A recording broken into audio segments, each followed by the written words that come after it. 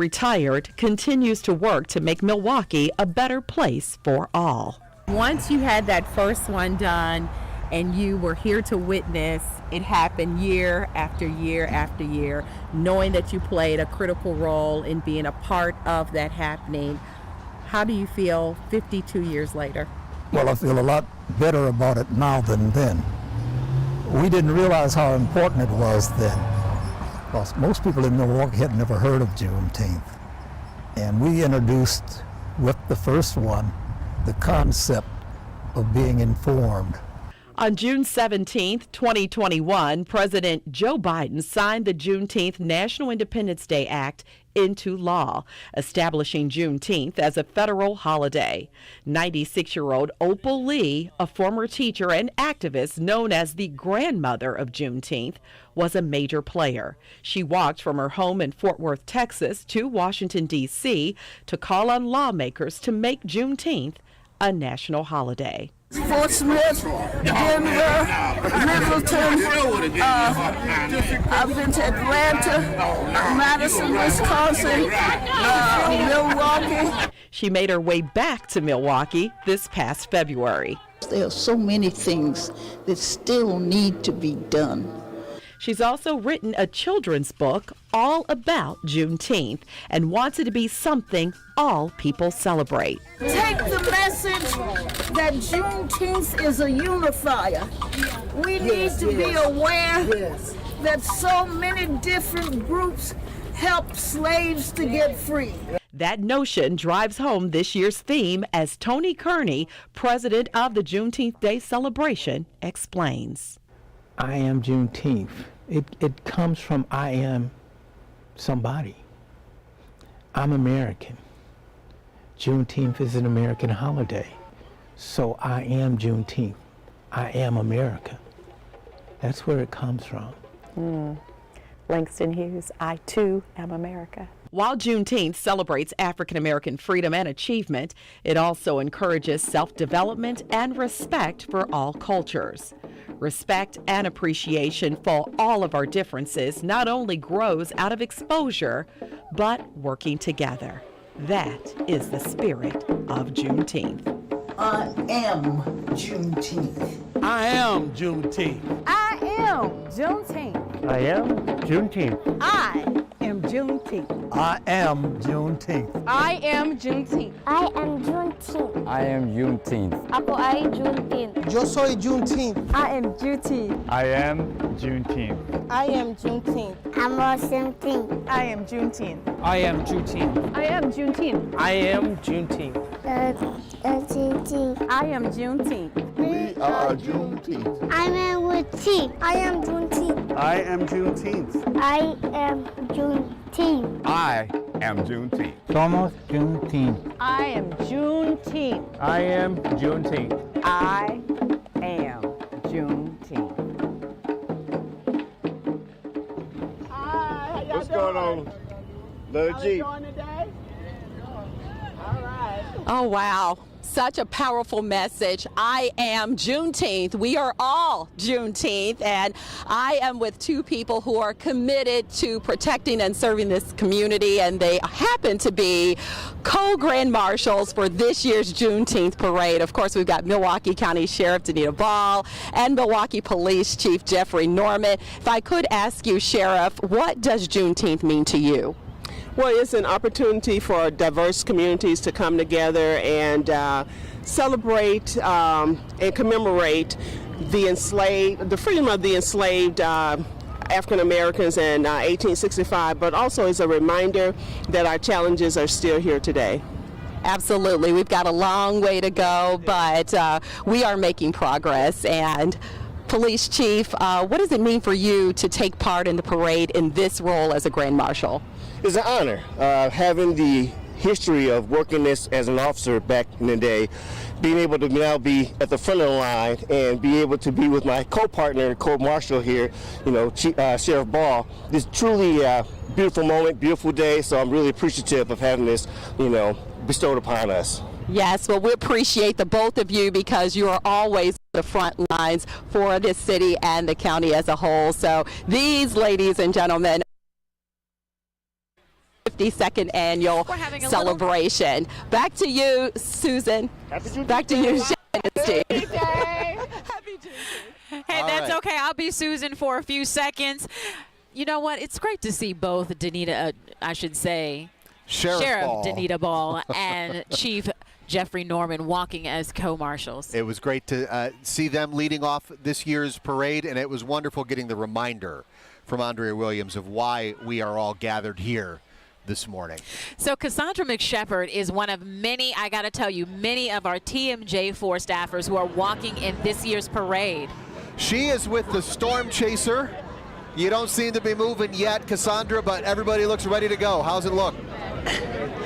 It's looking great. We're about number 32 in the lineup, so we are here. There's a whole lot of parade to come, which only means that wherever you're sitting, you've got a lot to see. I am here with Running Rebels. I got Girl Scouts behind me, Running Rebels with me right here. This is Victor Barnett, founder and director of Running Rebels. Over 40 years, 43 years of investing in the youth in this city. Yes. Honored to be here, part of Juneteenth Day, have been for probably 25, 30 years. We participated. I got grown people out here that were a part of Juneteenth Day as a kid, so we're just excited to be a part of the whole city coming together.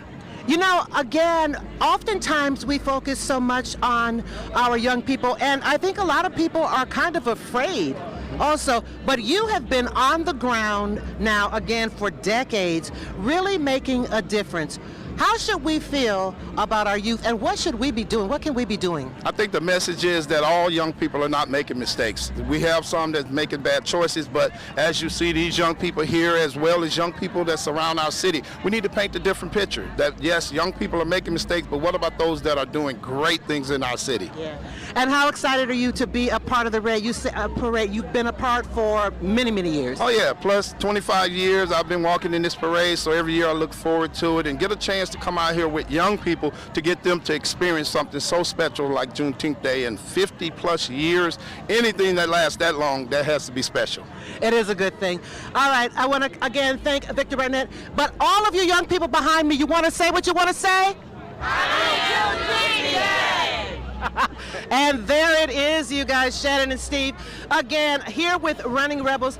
This parade is so vibrant. I can feel the energy, and we haven't even started to move yet. But for now, back to you. I can't wait.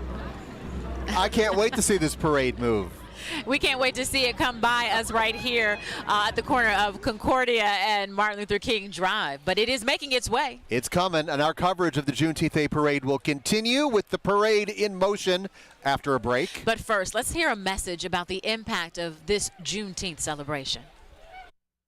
Hey Milwaukee, it's Dorsey Levins. Community, family, freedom. That's what Juneteenth is all about. A great Wisconsin tradition, just like Packers football. Happy Juneteenth, Milwaukee, and congratulations, Northcott Neighborhood House. Hey Milwaukee, it's Antonio Freeman. Juneteenth is a holiday for all of us. It's a day to remember and appreciate how far we've come. Congratulations, Milwaukee and Northcott Neighborhood House.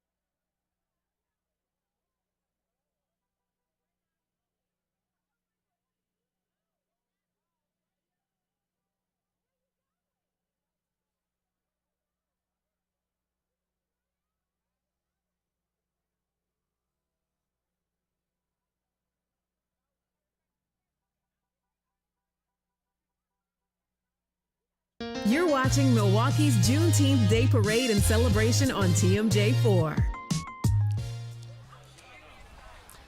And welcome back. The Juneteenth celebration would not be possible without all the generous sponsors. Yes, a big thank you to U.S. Bank, who donated $2,500 to Northcott Neighborhood House to help with the parade costs. Now, the big attraction for people here gathered to watch this year's Juneteenth parade are all the amazing performers we are about to see. Yes, you will be ready for a treat. Susan Kim talked with the judges of this year's parade. She's joining us live now with a look at what we can expect to see this morning. And Susan, I believe these performers are top-notch this year. Yes, there are, and they're just starting to pass us. We're at Atkinson and Keefe 5 corners. I'm going to step out of the way. As you can see, some of the floats and participants are starting to make their way to 5 corners and on Dr. Martin Luther King Jr. Drive. And boy, we're seeing the fancy cars right now. And Andrew Huggins is my photojournalist. He's going to show us a little bit more of the parade, and you can see people lined up here, and everybody's having so much fun. Happy Juneteenth, everybody! Hey, I am going to talk to a special guest here who is at this year's Juneteenth Day Parade. She was Little Miss Juneteenth last year. Her name is Madison Donald. My new friend Madison Donald is here. And Madison, you were Miss Juneteenth last year, and you wanted to be out here this year to support everybody. Yeah. Why was that important to you? So I could help support my brother and help improve and stuff. And your brother is little Mr. Juneteenth this year. Yeah. How excited was he to be part of the celebrations today? He was very excited and very happy to win. Yeah, why was it important to you, and what was your reign like as Little Miss Juneteenth? Because my ancestors fought very hard for me to be here today, and I think that it's important to share that with people. Well, that's awesome. I hope you have an amazing time. I saw you were taking pictures, and you're here with your dad, and congratulations and enjoy the day. Thank you. Happy Juneteenth to you. So as you can see, there's a lot of energy, celebratory feelings, and people are just loving these beautiful fancy cars that are making their way down Dr. Martin Luther King Jr. Drive. We want to take you to the end of the parade now at Rose Park, where my colleague Charles Bunsen is to tell you about the action that's going on there. Hey, Charles. Hey, Susan, yeah, we're at King and Locust, and this is at the end of the parade route. But I want to show you what it looks like as you look south down King Street, and you can see just all the vendors that have already lined up. We're going to turn around. I'm working with Gideon here, the most famous guy for Juneteenth Day Parade, doing a great job. This is as we look then north on King. This is where we're waiting for the parade to start coming down, but you can see lots of people already here. Streets are lined with lots of vendors. It is a gorgeous day, so we expect a really big crowd. We've already spotted one celebrity. Come with me this way, Gideon, and you can see a celebrity right here, Bobby Portis. Bobby Portis has arrived. He is here. At least it looks like him. I'll send it back to you, Steve and Shannon. That was a good one, Charles. That was a good one. I need my glasses or something because I almost thought that was him for half a second. Until you realized he wasn't moving. Yeah. Up next, the parade performers get underway. We're going to be back with live coverage of the Juneteenth Day Parade. I promise performance is nowhere near as flat as Bobby Portis is, you saw right there, as the parade comes to base camp. Now as we go to break, some messages about what Juneteenth means to our community. Let's all celebrate Juneteenth together. A great Wisconsin tradition, just like Brewers baseball. Hey Milwaukee, I'm Quentin Berry, the first base coach of the Milwaukee Brewers. From all of us at the Brewers, happy Juneteenth, Milwaukee. What's up, Milwaukee? I'm Ozzie Timmons, the Brewers hitting coach. Congratulations, Milwaukee and Northcott Neighborhood House on America's longest running Juneteenth parade. From all of us at the Brewers, happy Juneteenth, Milwaukee.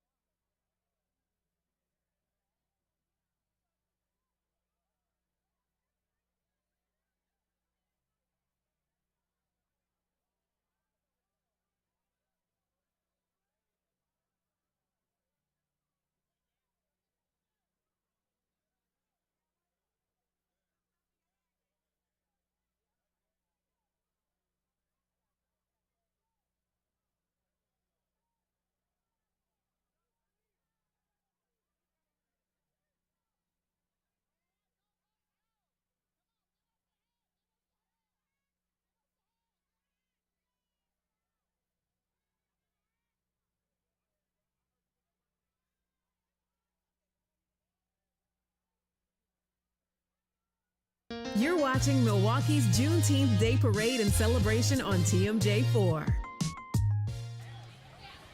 Welcome back to Milwaukee's Juneteenth Day Parade. A lot has happened in the last 2 minutes behind us and in front of us. The parade has made its way to us here at the performance area, Company F of the 29th Infantry, as always, leading the way. Our Grand Marshals came by as well. And now we have the pageant winners coming by, as you see those two beautiful convertibles rolling on past. We've also been joined by a couple of pageant winners to our left and our right. Yes, Frank Cumberbatch joining me on my left. And this is Mac Weddle. Both of them are just integral parts of the history of Juneteenth in the city of Milwaukee. I want to just say, Mac, it gets bigger and better, wouldn't you say, every year? Yes. It's such a beautiful day, and it's our time. It's our day of Jubilee. And Frank, Bader Philanthropies has been such a big part. That's the building behind us right here, an anchor here on Martin Luther King Drive. What's it mean to be part of this celebration yet again in Milwaukee? It's why we're here. We're embedded here because we believe in this community. We believe in the people who call this place home. And we just want to be part of everything that's good and uplift everything that's not so good. So today's a good day. We'll only focus on the good. And like you said it best, community. That's what this is all about, sharing the best of community and being community, right? Absolutely. Now, as all the pageant winners roll on by, tell us about the importance of the Mr. and Mrs. Juneteenth pageant. And this is new in the last couple of years, the Little Ms. and Little Mr. Tell us the importance of that to this celebration. It's really important. You know, when we started out with the Miss Juneteenth pageant 31 years ago.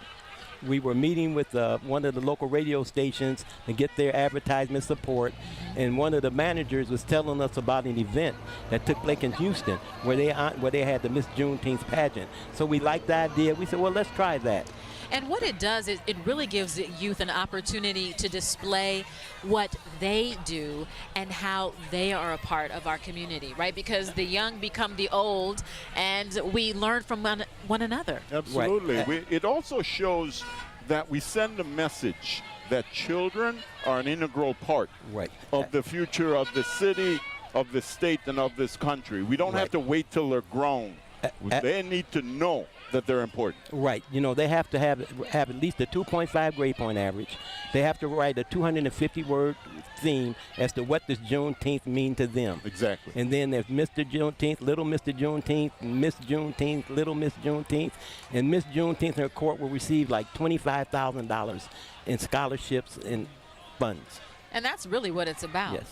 Making sure that education is important and that they're able to go further with their education with a little bit of money and recognition in the community. Yes. Who wants to tell us about the car show we're looking at right now? As I have There's seen some bad Corvettes. I have seen about 30 Corvettes roll by already, and we are just getting started. Well, that's the Brew City Corvette Club, and they're the largest black Corvette club in the state of Wisconsin. And they volunteer and been a part of Juneteenth for many, many, many, They show years. up for this. They show up. And show out. Show out. They volunteer their time. They're involved in a lot of community events. Tom Moore is the president of the Brew City Corvette Club, and they've always been very supportive. Do you see those suicide doors? Yes. Yeah. Is that the new style? Because I know they've put the engine in the rear of the mid or the rear of the Corvette now. I can't tell if that's a mod or if that's a new Corvette. Well, these Corvettes are definitely tricked out. Yeah, they are all looking really good this morning. Take a look at who's in that Corvette.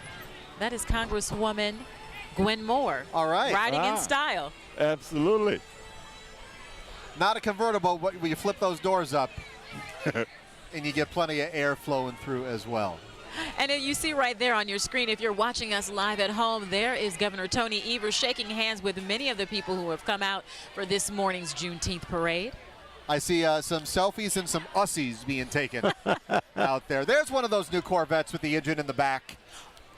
You see that? They flipped it around. That is a hot-looking car right there. Yes.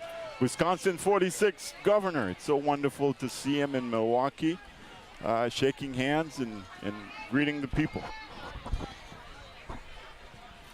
Got a little lull there in the streets, but you know, when you think about Juneteenth and the importance of it and the recognition of it, Tony Evers isn't the first. We know that there's been a history of governors who have recognized this day as being important, going all the way back to even 30 years after slavery had ended in Delavan. Right. Who would have known that in Delavan, Wisconsin, you had the mayor and then you had Governor Phillips, I believe it was, who recognized and saw this as an opportunity to recognize. Absolutely. We've had a strong history of mayors supporting this event. Mayor Meyer, way back in the day, Governor Doyle signed the legislation to make Juneteenth a state holiday.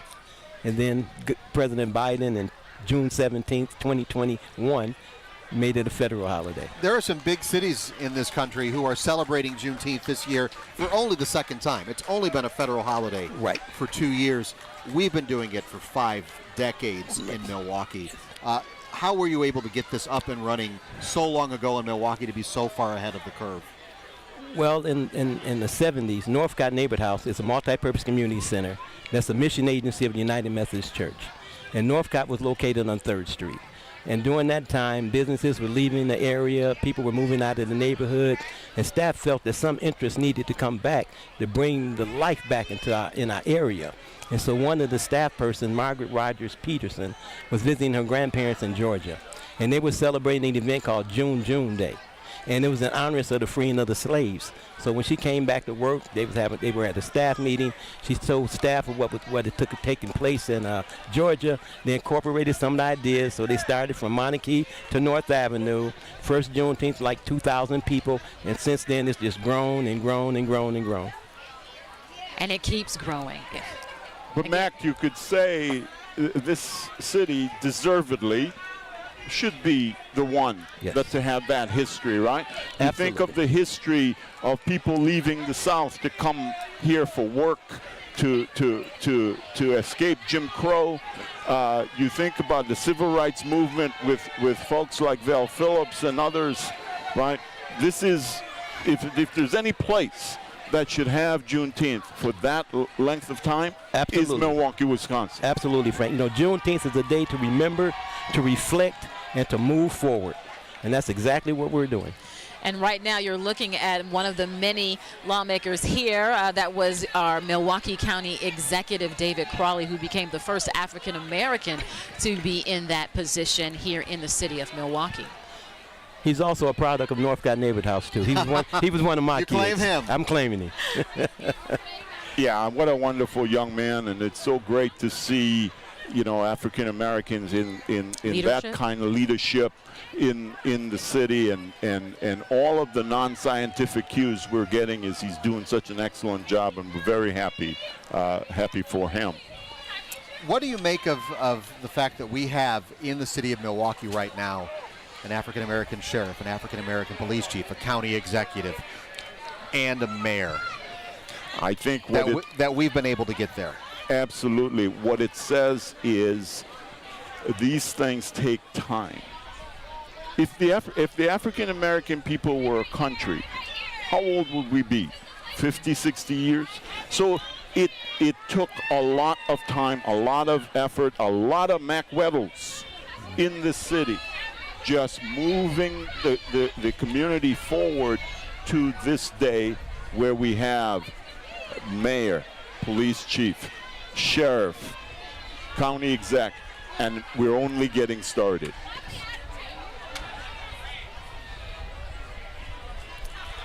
A live look right here as the parade continues to roll past us here at the corner of King and Concordia. It only set off about 30 minutes ago, and it is got a long way to go behind us.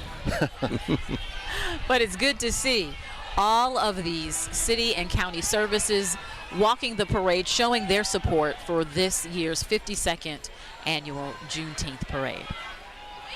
The common denominator, a broad smile. Yeah, look at those faces, right? And every person that rolls by or walks by is this big smile on their face in this wonderful June day in Milwaukee, Wisconsin. That looks to be one of those new electric buses that runs up and down Wisconsin Avenue on the rapid bus corridor. I'm glad they've diverted it for us so we can all get a good look at it. Senator Tammy Baldwin coming by as well right now. Yes, I saw her in the crowd I think she's a step ahead, shaking hands.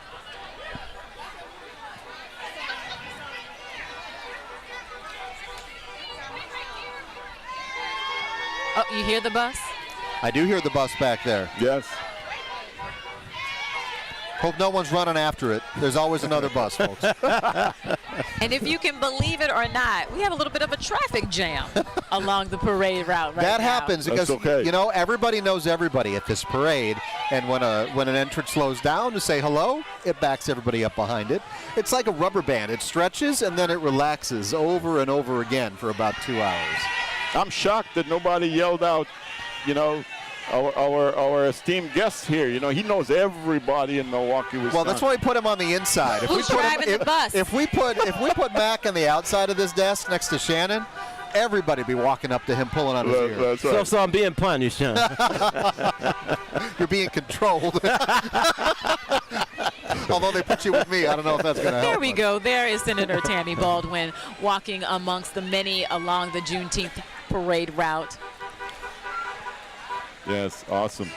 Mac, walk us through how the parade has evolved over the years. I mean, this is a long, organized parade now. How did it start in the beginning? You know, in the beginning, you know, like I said, you know, when we found out about what was taking place with June Day in Georgia, we decided that it would really be important to bring the parade to be a part of it. And I know when I first started out volunteering with Juneteenth Day, I was a student at UWM. And so I did my field placement at Northcott Neighborhood House. And at one point, I even coordinated the parade. I was in So you charge went from volunteer to executive director. Right. To president emeritus. To president emeritus, right. But I started out, you know, way back when, volunteering, got so involved in it, and it just became so important, especially after we learned the history.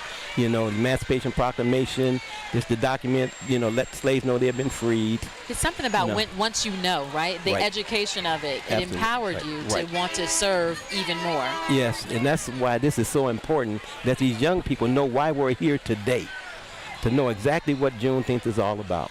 And another reason why we should be proud and see why all these young people, the mayor of Milwaukee passing by again, becoming the first African-American mayor of the city of Milwaukee. And when you talk about those firsts, it's not just about being the first, but it's about making an impact. Right. Absolutely. And again, just a guy born and raised here, went to Milwaukee Public Schools, you know, got his education here, and rose to be mayor. You know, and so he, again, another one worth celebrating, and is a beacon, an example for young people, that public service is still important. It's cool. Right? Yeah. It is still cool. And it is still cool to run for office and lead the Constitution and lead this city and get us to the next level. Mac, can Northcott claim the mayor as well? Yes, I've been knowing the mayor since he was a little young boy, you know. Well, you know, before Northcott, I started out at the Boys Club. That's so I right. worked at the Boys Club for 9 years. And then I came to Northcott and worked for Northcott for 42 years. Yeah, and it's true, Mac, because in those days, it's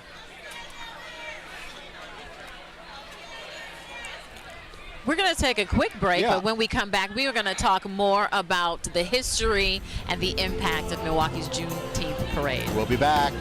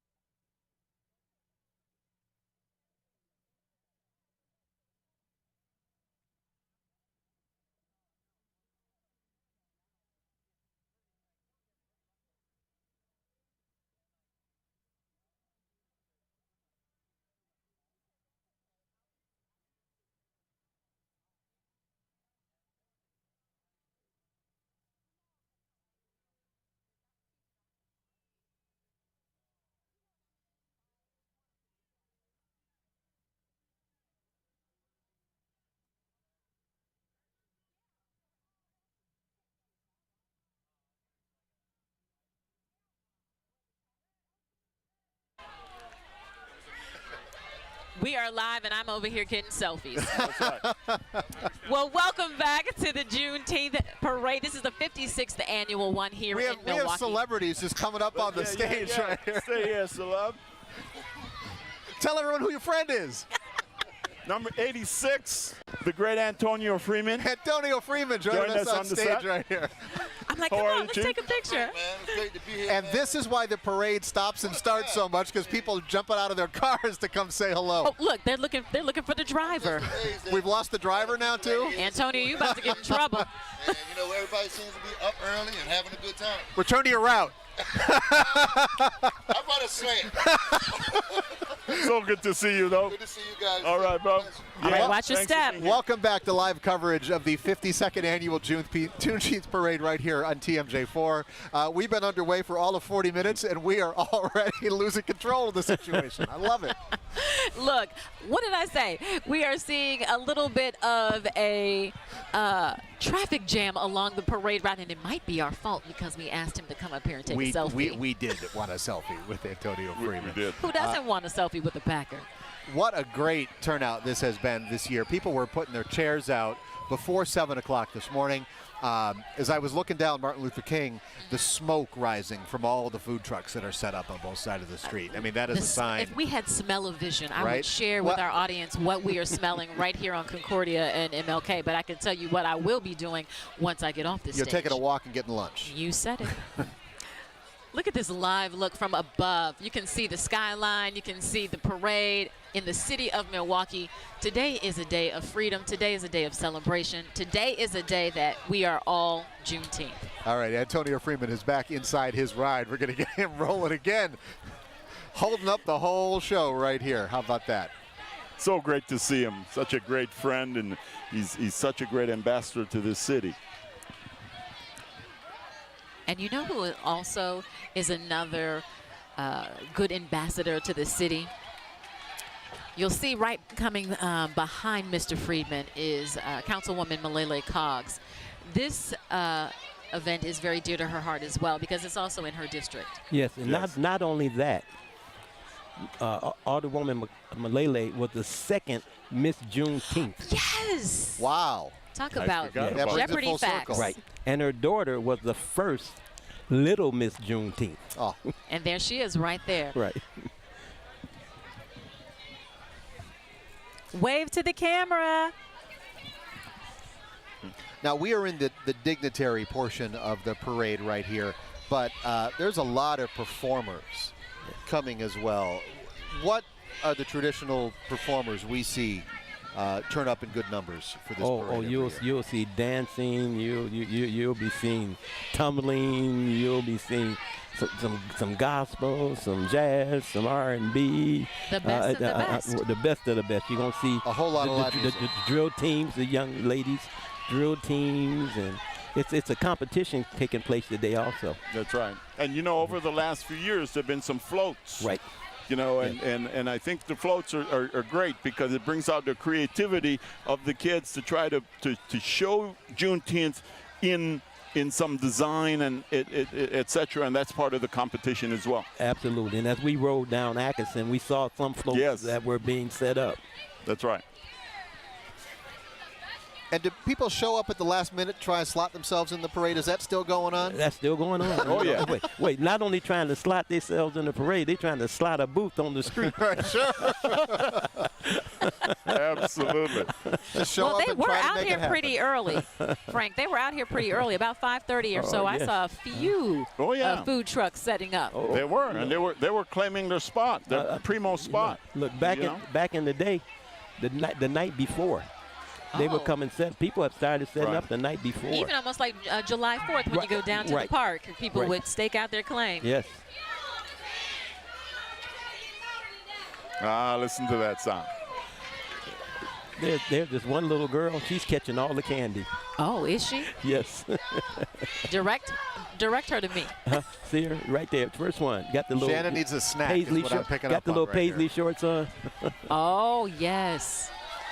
And she hasn't dropped one yet. When they threw them, she's been catching them. Left hand, right hand.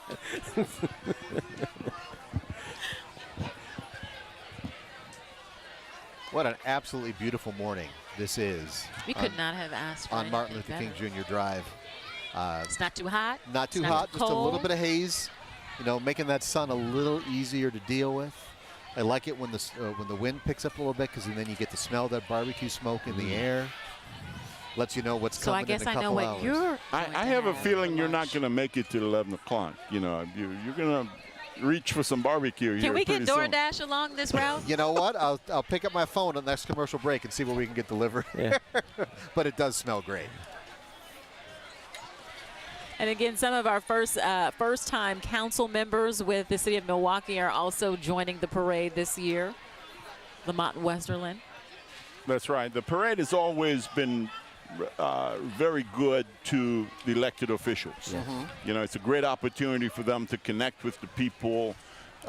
Many people do not know who their school board members are. They don't know who their local representative is. But when they see them today, there's a little connection that takes place, and that's a beautiful opportunity for them and for the community. A great reminder of who we've entrusted with the power to make the decisions That's right. around here. Big decisions. And let them know how you feel about things.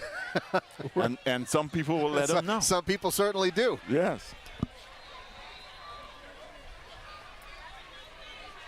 And as the morning goes, the crowds are getting bigger and thicker along the parade route. Yes. People are waking up. That's right. Right. It is a Monday morning. I love last year how it was a gorgeous Sunday morning out here, Father's Day, we all gathered. But we celebrate Juneteenth not on the Sunday before, the weekend at. It is on the day. It is on the day. So we're out here Monday morning. This is now a federal holiday. It's a holiday of the city of Milwaukee. So everybody does not have an excuse. You come out and you celebrate Juneteenth on Juneteenth. Keep these guys away from the grill, please. The racing sausages are here. Why do they race? Why do they race? They race for taste. I did not know that. Gary, if you're watching, that was for you. They race for taste. So who has the best taste? Is it the Polish, the Italian, or the brat? I don't know. I'll take the brat. You'll take a brat? And an ear of corn right now. Brat and an ear of corn. Yeah, that barbecue smoke is getting to all of us right now. If we want a brat and an ear of corn at 9:45 in the morning.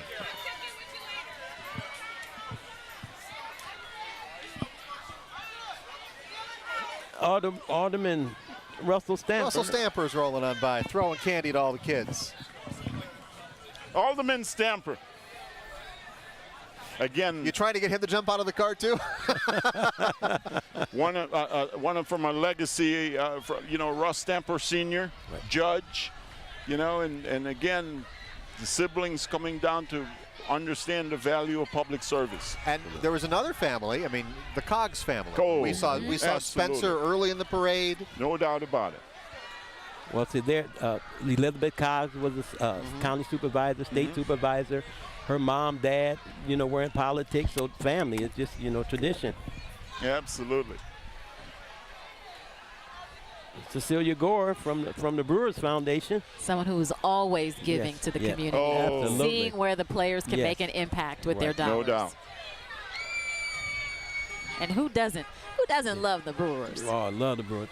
How many of the sausages do we have here this morning? I'm seeing the Polish. I'm seeing the Italian. The Italian, hey, how you doing? What a brat, brother. What a brat. Good to see you.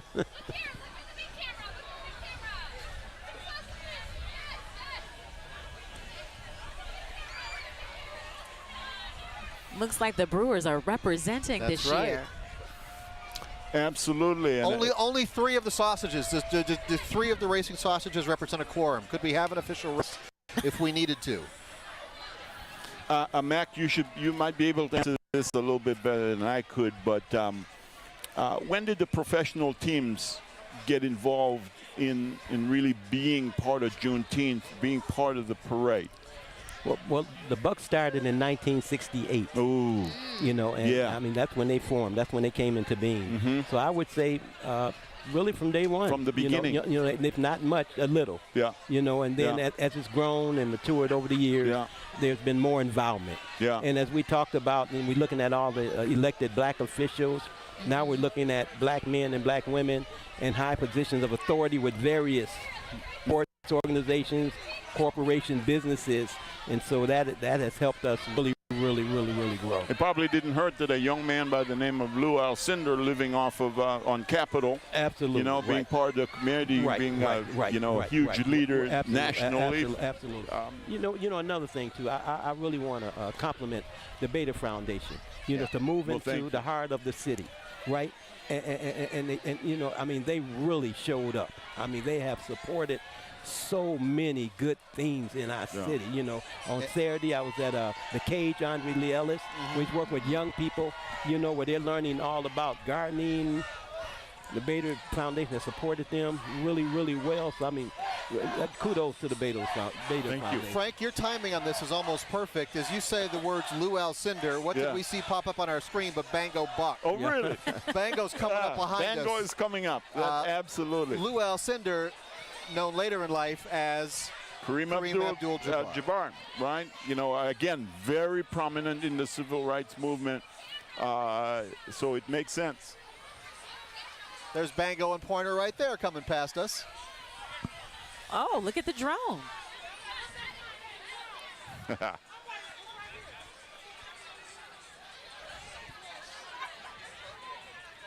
Did we recognize any Milwaukee Bucks walking in the parade? I haven't noticed any yet. Or is the only Buck the Bango? I think it's just the Bango and Pointer. Yeah.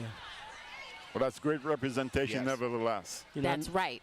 I know last year we had Marquette University basketball team. I believe they're here as well. And I believe UWM basketball team also. How do we feel about Shaka Smart sticking around through 2030? Man, like that loving him. What a great decision. Right.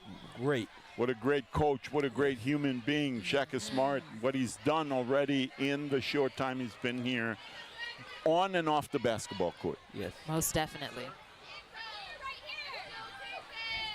But behind every great man is a great woman. And Maya Smart, his wife, is definitely one to not underestimate. She is doing great things in the avenue of literacy and childhood literacy and teaching parents how to read to their kids to get the best out of them. So important. So important. I'm a little biased there. No, I'm supporting you on that bias. Absolutely. She is really something. And everybody very at home, special. We got Shannon to her first Marquette game this spring. I know. Could you believe that? I've been here 10 years, and it took me 10 years to get to a Marquette game. But it was a good game. It was a good game.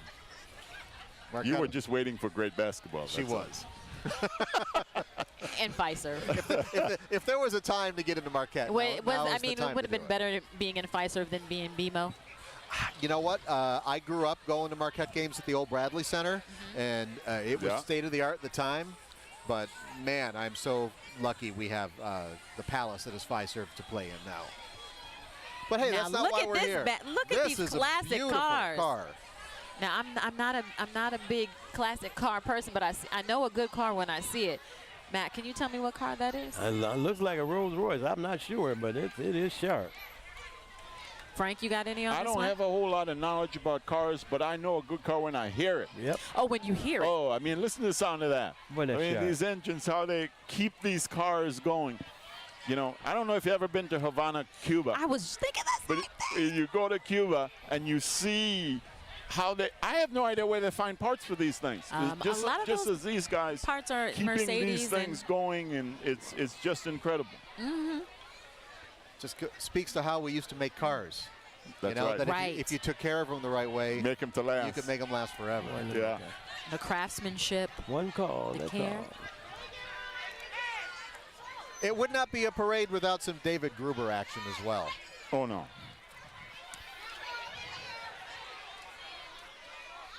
And everyone is ready for Everybody whatever they're throwing out. Yes.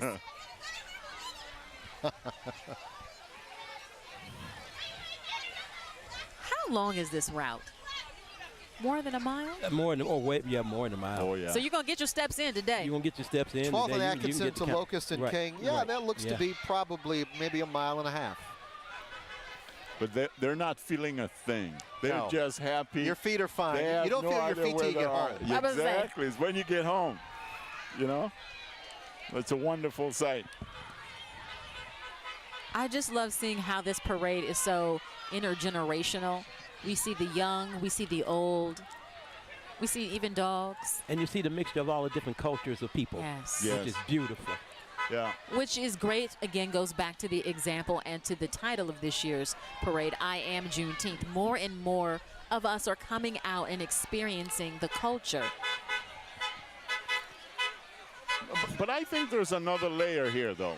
I think they're just enjoying the humanity of each other. You know what I mean? Just to be with another human, just to say hello, and just to enjoy our differences. Let's just put it that way. We might look different, we might talk different, we might like different things, but there's today, beauty in difference. Yeah, isn't it? That is America. Sameness is boring. I know. I mean, but it's so great. It's so great to see all these smiling people. And the representation. Yeah. You know, at the foundation, we live a thing called cultural intentionality. And that just means taking people as they are, what the culture they bring, the humanity that they bring. We just take them as they are and not try to convert people to what you are or whatever the case may be. And there's a lot of cultural intentionality going on out here on the streets today. And even in the difference, we see the similarity. And isn't that the truth? We have so much more in common than we give ourselves credit for. Absolutely. Couple of radio stations rolling by us here in the last couple of seconds here. Our friends Hey, over that is Homer Blow. Homer there Blow with in the house. WNOV. More than just a DJ. Right. Yes. So much more. Been around for so long. Happy birthday, Thelma Messias. Yes, happy birthday, Thelma. Messias, so good to see you. Mac, tell us about the importance of WNOV as that radio voice in the African American community. They're a staple. I mean, any information that we need to know about what's happening, different services, issues, WNOV, they'll let you know. Such as 98.3 also. They'll let you know. And it's really important that we have radio stations that help educate our community. Absolutely. On the things that we really need to know about.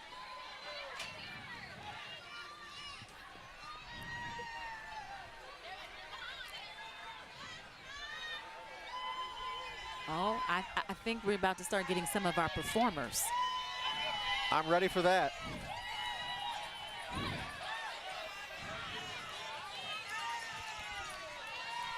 All right, before those performances begin, we're going to squeeze in a commercial break. Live coverage of the 52nd annual Milwaukee Juneteenth Parade will continue after this on TMJ4.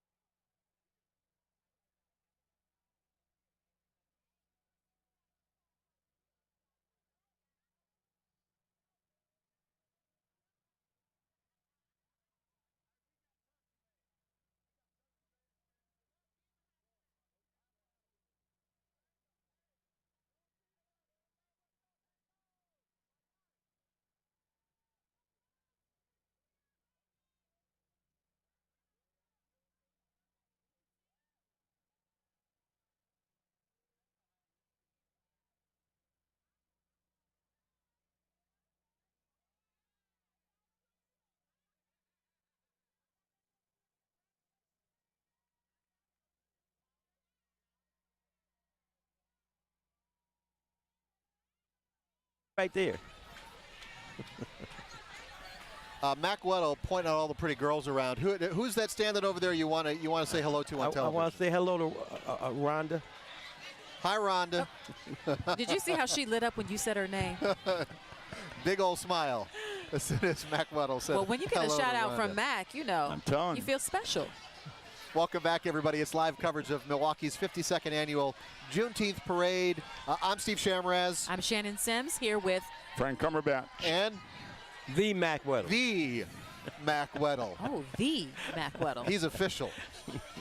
And we're having a good time here, 1 hour or so in to this year's parade. And I'm going to say we're an hour in. We're not even a third of the way into the lineup Right. yet. Oh, I know. no, not at all. But you know what? The performances are about to begin. Oh, yes. And this is a lot of the reason why people come out.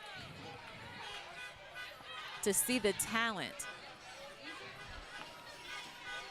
Well, we'll let the audience enjoy this piece of art here.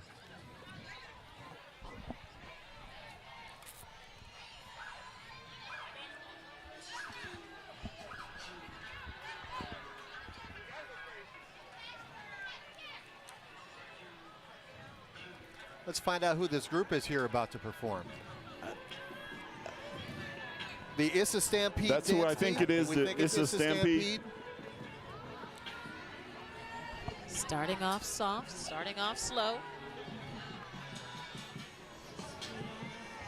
How about this for a motto?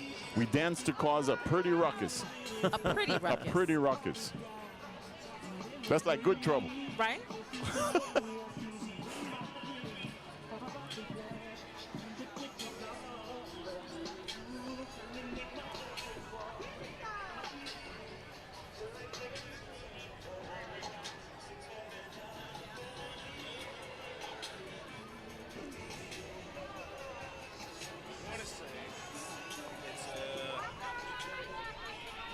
Yeah, it's a stampede. That's what we said. Yeah.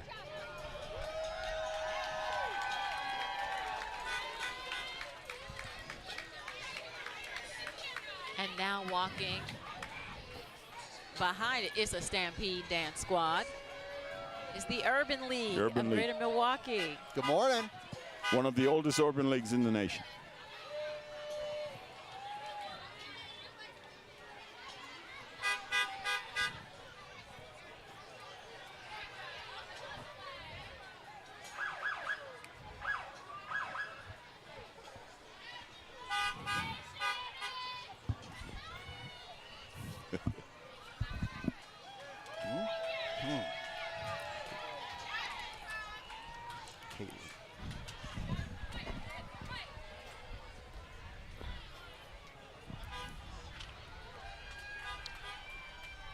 Wow, take a look at that drone shot there. Showing us just some of the participants along with the many people who are lined up along Martin Luther King Drive today for the 52nd annual Juneteenth Day Parade here in Milwaukee.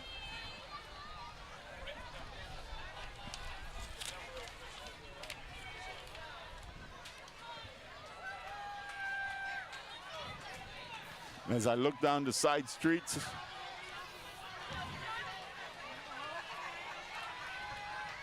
it's one of the joys of the Juneteenth parade. There is an order, there is a list, but it's a very loosely adhered to list. So we're trying to figure out who is coming our way so we can tell everybody at home what they're watching.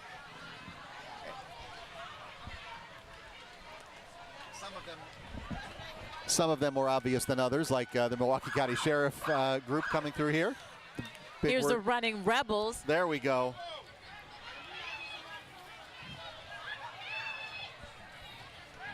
yeah, Running Rebels, you know, Victor Barnett started out in Boys Club. Yes.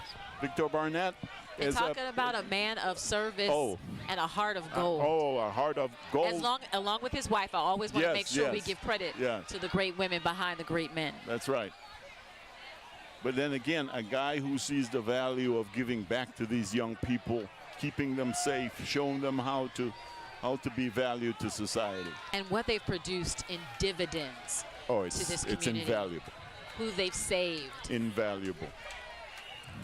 I mean, when you put 2 Running Rebels in the NBA, you've done something. And tell everyone at home who those 2 Running Rebels are. You know, you had to ask me that, didn't you? Yes, I did. You know, He said, I just know there's 2. Yes, I'll remember their name. Jordan Poole.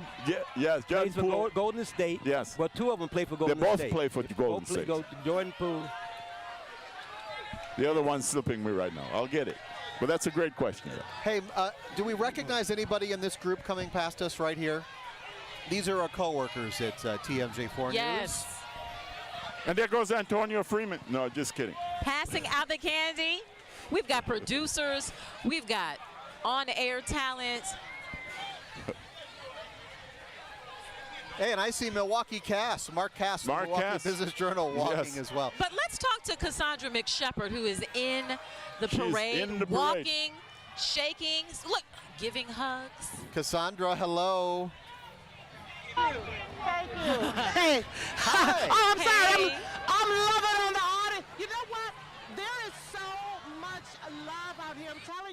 being born and raised in this city and not being at all unfamiliar with this route, I feel so much love. I love you too, baby. I love you too. There is so much appreciation. And one of the things that I'm loving to hear, how much they are enjoying TMJ4 and all of the work that we are doing to bring them not only this broadcast, but the type of broadcasting that we are doing. This is an absolutely wonderful thing. Oh, I'm losing my tribe. I'm gonna toss it back to you guys right now. But remember, we are Juneteenth. Happy Juneteenth!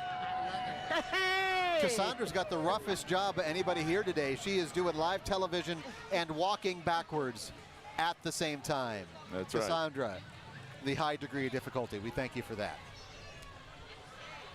This is All of Us Research walking by right now.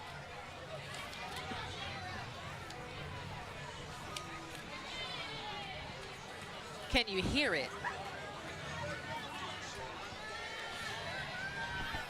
Motivating all youth is Well, you see right there on the screen.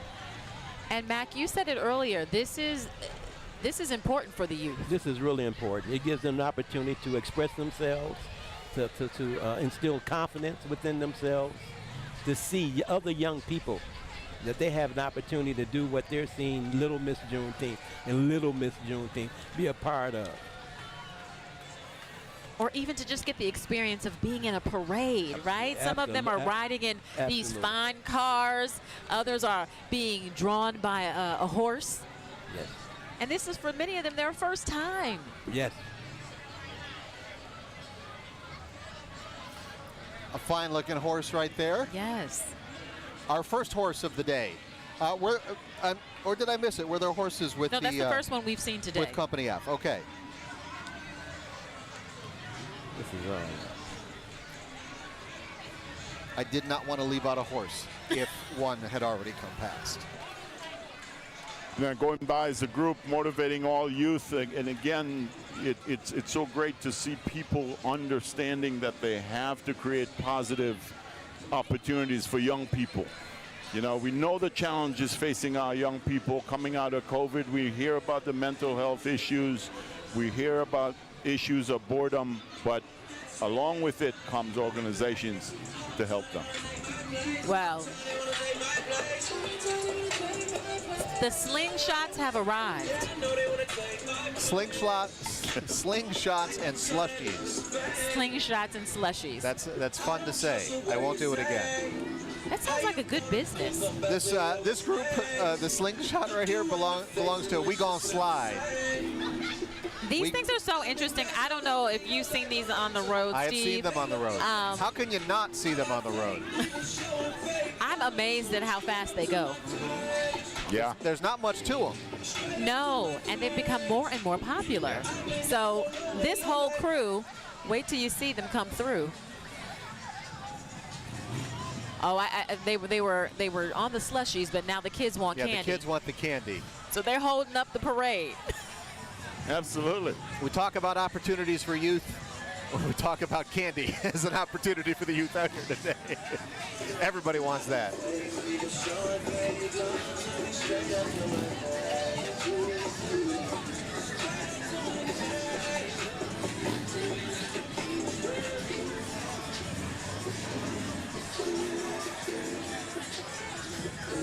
And talk about, there's a sound system on that. Are there some Harleys? Is that what I'm hearing? Yes. Well, there are some motorcycles in there. Take a look at these tricked out Harleys. Wow. Wow. Steve, would you take a ride on that? Ooh, boy, that one Harley's burning a little bit of oil.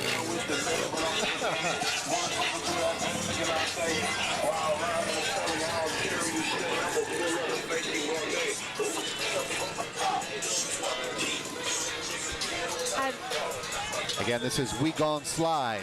We gon' fly? Slide. We gon' slide. Slide. And they rolling in deep.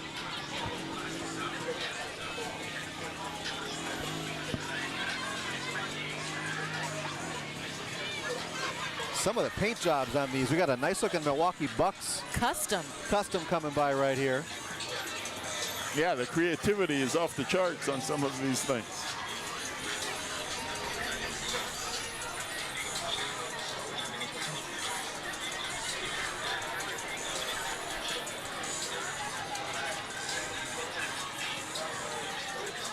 I'm trying to figure out, is it Juneteenth or Halloween? All the candy that's being passed out.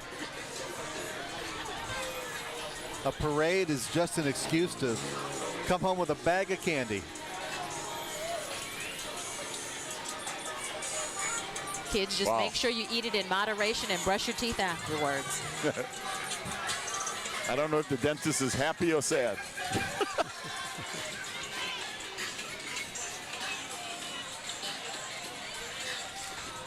You know, this parade is also like a family reunion. You see people going in the middle of the parade, hugging on friends and family.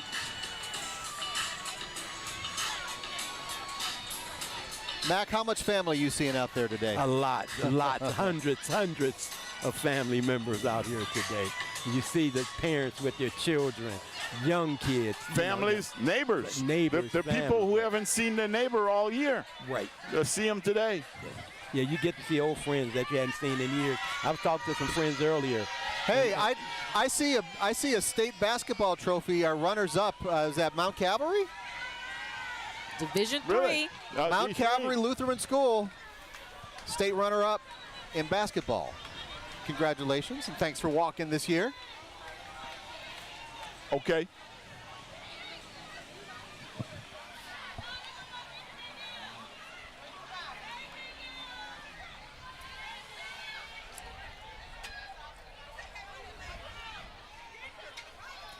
Talk about the floats. Frank, look what's coming down. Oh, wow. That's looking pretty. Yes, yes, yes.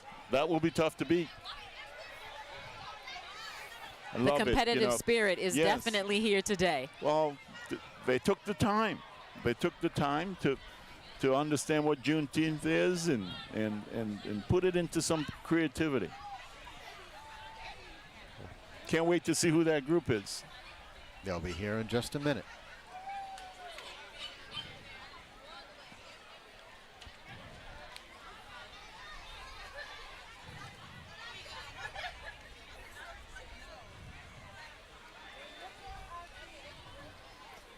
Oh, it's a dance troupe. Oh, this is it's the Stampede again. Oh, it's a Stampede.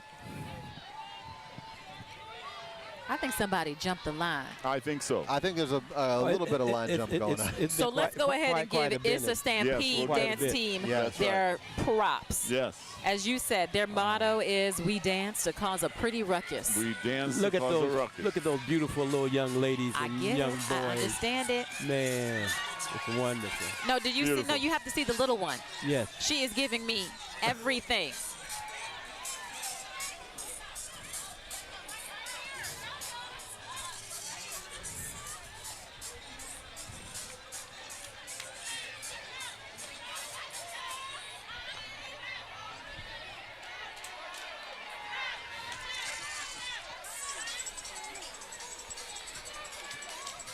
It's not just one. It's not two. It's a whole crew. Oh, so they keep coming. I thought we were past Issa. Oh, no. They're just getting going. Issa say, I got more for you. And look at those sharp uniforms and outfits. And a float. Yes. They're trying to take something home, Matt. Yes. Absolutely. Yes. They want the competition. Right. They They want the dance. Yes. They want the float. They put a lot of hard work and heart into this. I see a basketball team that won the Big East. Are they coming? Made it far into the NCAA tournament. Close behind. Not far enough for my liking, Frank. Right? 101.7 The Truth rolling past us as well. Right behind us, the Stampede.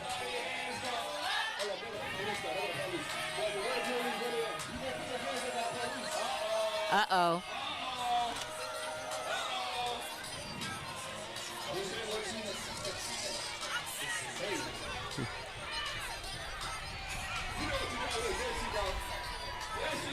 Somebody want to rock.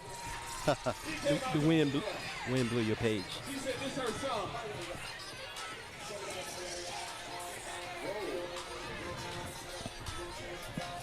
Marquette basketball coming through, giving us a little dance moves. Hot 105.7 providing the beats. The Marquette men's basketball team providing the moves.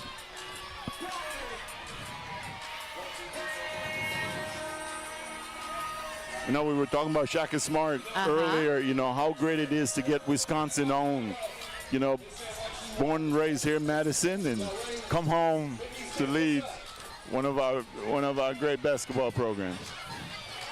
And creating a fine group of young men as well. Mm-hmm. Absolutely.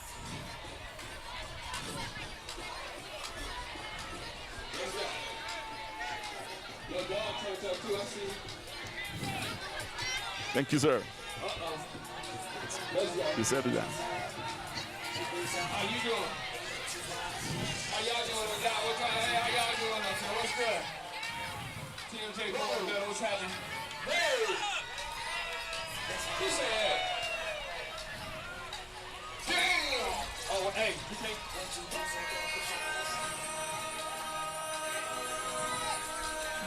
let's go. Hey, this ain't what they want. Hey, let's go. Hey. Juneteenth 2023. Oh, look at that kid, girl. Hey, 1.7. Hey, we got Marquette with us. I want a 5.7. Big East champs. What up? We got the Big East champs with us. Hey, Oh, look at, okay, Shaka. Can we get the camera back on Shaka Smart giving us some dance moves? I wasn't ready. That's the man.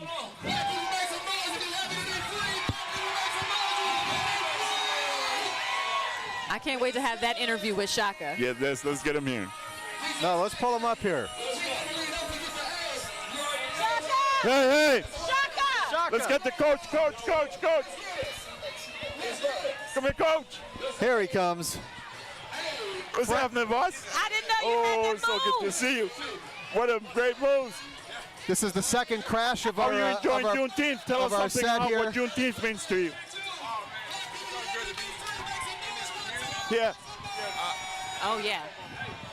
All right, Shaka, I didn't know you had the Welcome into the booth, Shaka. Well, you know, we do a dance after every win, so usually it's the guys, but, you know, every once in a while I'll get involved. Oh, you got a little hype. Hey, it's just great. We're just so much enjoying being here. You know, usually our guys all come out to this, but a lot of times it's on the weekend when we're recruiting. So Yeah. I'm so happy it fell on a Monday so I could be here.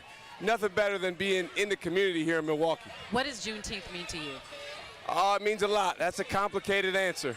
But just in short, you know, I think it's a celebration of our community. It's a celebration of how far we've come. I think it's also an acknowledgement of the progress that we need to continue to make. But let's make no mistake about it.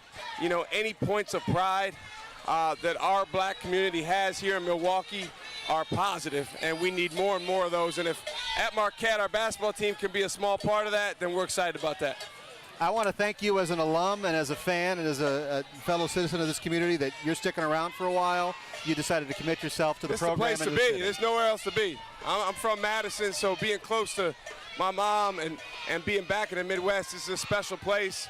There's a lot of great things that are happening here that need a bright light shined on them in this community. And, you know, hopefully we can do our small part to help with that. I'm going to get you a go-kart so you can meet up with the team. Yeah, Because I keep they're seeing about a them looking block ahead away. of you You're right going to now. have to run.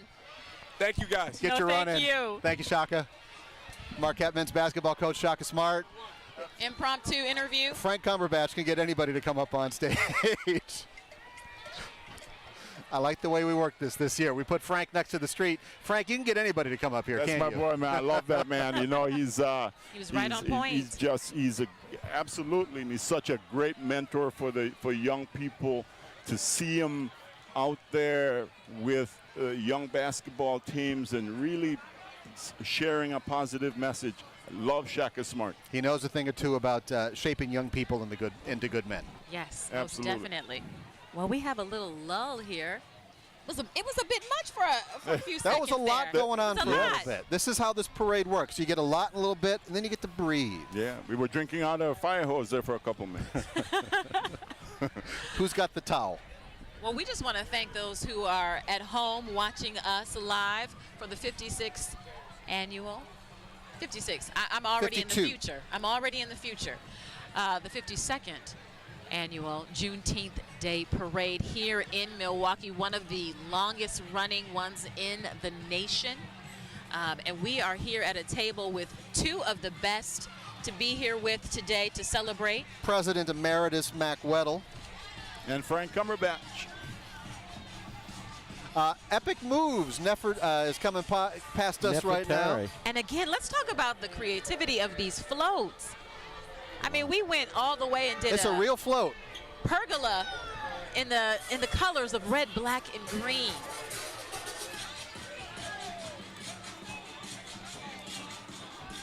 And here come the kids showing their moves.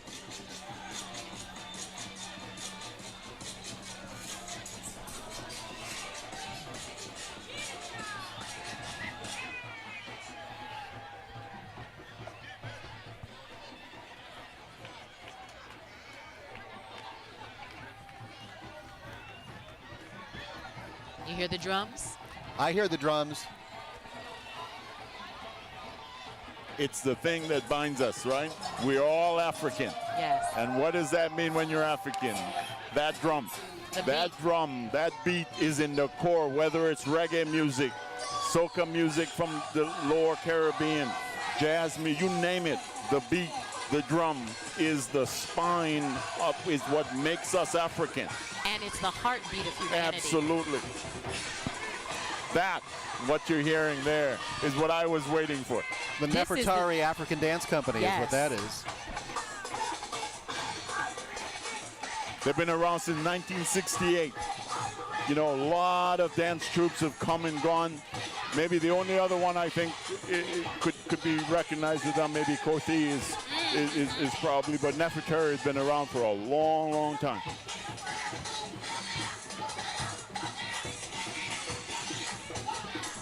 And whether it's a drum beat, a drum machine, or the live drums, doesn't matter. The beat keeps going. going. The beat. It's the one thing. Everything revolves around that beat.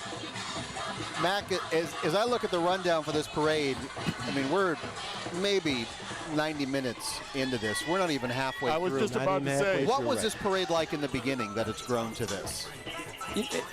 It's always been nice, but every year it's grown bigger and better and more participants, more floats.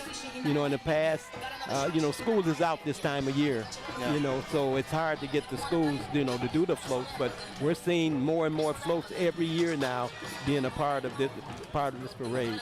But you know what, just getting the word out, people knowing the significance of what the celebration is all about, they want to be a part of it. But Mac, it's Monday. Yes. You know, it's Monday. Right. It's 10:20. Yep, it's on a Monday morning. But it's Monday and it's a federal holiday. Yeah. Juneteenth is a national celebration holiday. That's right, sir. Monday doesn't mean anything when you've got a national holiday behind you, right? Yeah. Boys and Girls Club of Greater Milwaukee is here. Oh, yes. We are big fans of the Boys and Girls Club. And I'm here. a product of the Boys and Girls Club. As a kid going to the Boys Club, working at the Boys Club, being Boy of the Year at the Boys Club. You were Boy of the Year? I was Boy of the Year. It used to be Boy of the Year. Now it's Youth of the Year. Yes. But I was the first Boy of the Year for the Boys Club way back in the 60s. Who did you fool to make that happen, that you were Boy of the Year? Well, did you just have to be really good for 1 year? Is that what? Just had to be. Mac, if you behave this year, we'll make you Boy of the Year. You know, just to being involved in the Boys Club activities, you know. We had an organization called the Boosters Club that was made of African-American black professional men that had families that took time out with us. They took us camping, they took us skiing, they took us canoeing, they took us fishing. They mentored us before we even knew what the word mentoring meant.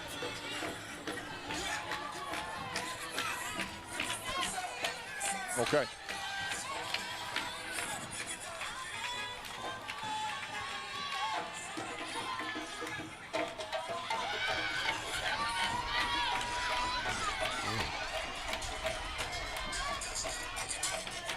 Red Bike and Green. I love that name. Red bike and green. Right. You know? And these are the bikes that don't make noise. That's right.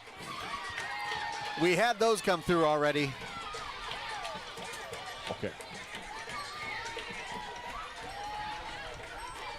You know, the parade organizers, we really need to compliment.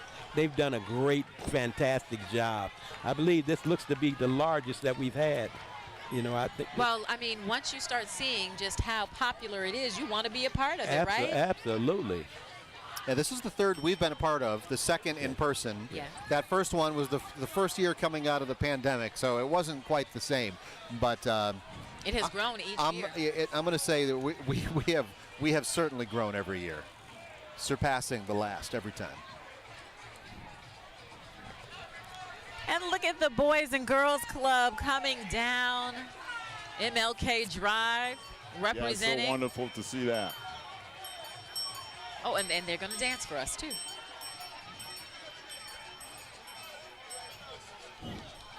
I mean, just look at the love that's being displayed. Look at all the hugs and kisses and, you know, the people and greetings. It's a family affair. It's a family affair.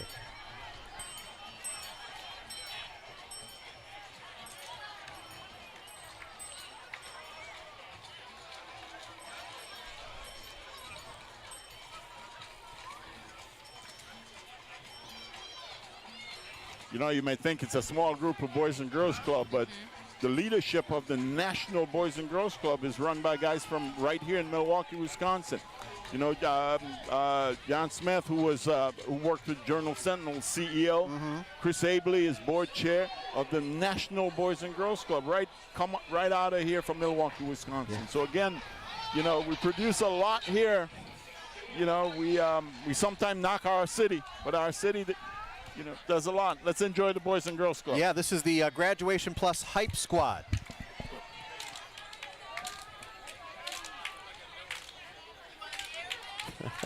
Hey, Lynn.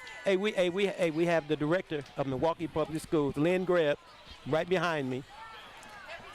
Happy Juneteenth Day to you, too. She's the director of Milwaukee Public Schools. Good to see you, Lynn. Recreation. Good, Lynn Greb. Good seeing you, Lynn. Doing good. Love you. Everybody knows Mac. They do.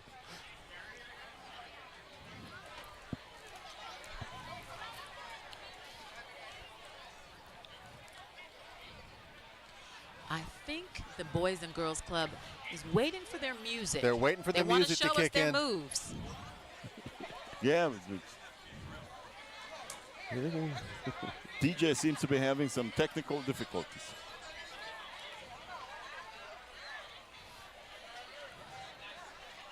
I hope somebody remembered the aux cord. Remember those days?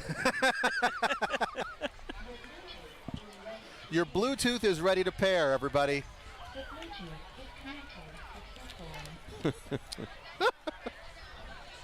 This is live. These are real world problems, folks.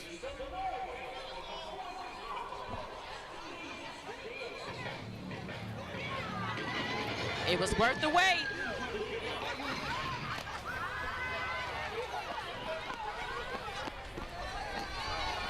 Okay. Uh-huh. Boys and Girls Club, they got it going on.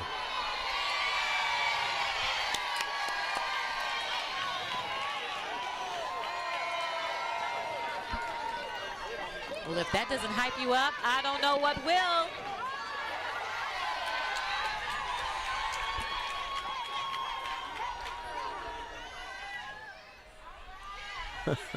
See, I would hurt something. Something on my body would start to hurt. You just got to stretch, Frank.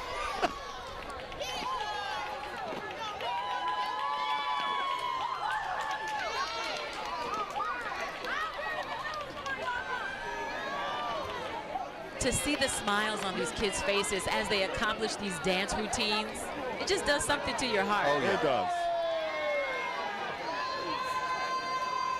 And also to know that the Boys and Girls Club is there for them, making sure that Still they're safe. there for them after all these years. Exposing them to great opportunities. Absolutely.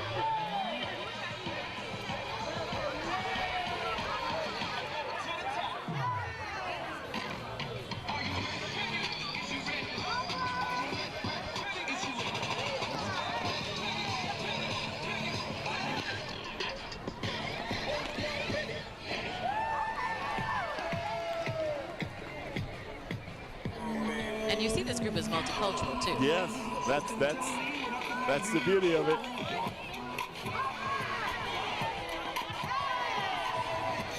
And the little man in the glasses, he's got it. You know? He ain't missed a beat. No.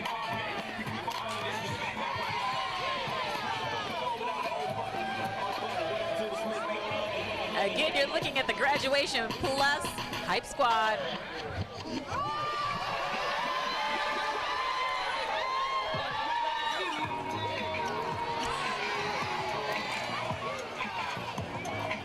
They've been working on this routine a while. Yeah, there we go.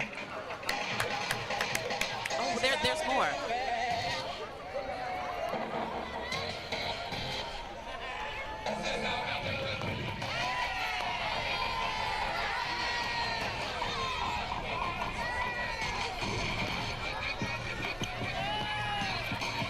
We've really seen some good drill teams, but I'm really loving this Boys and Girls Club drill team.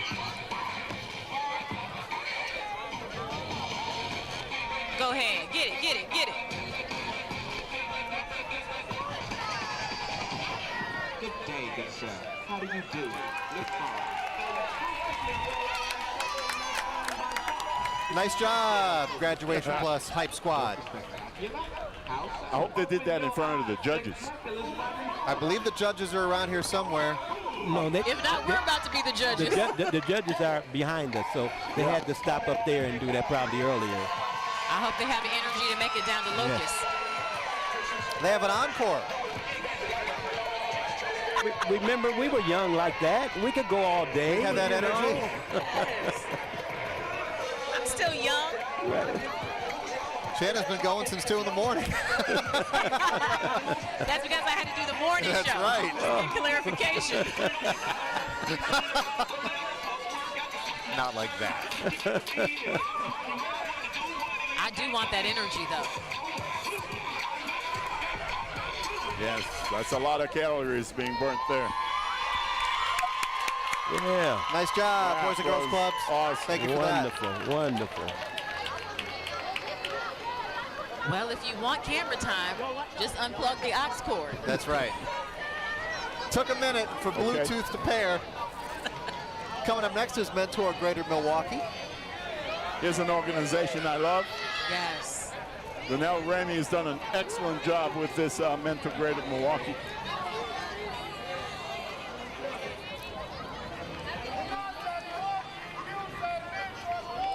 Reaching young women and men. Linnell, what's up? You look good. You look good.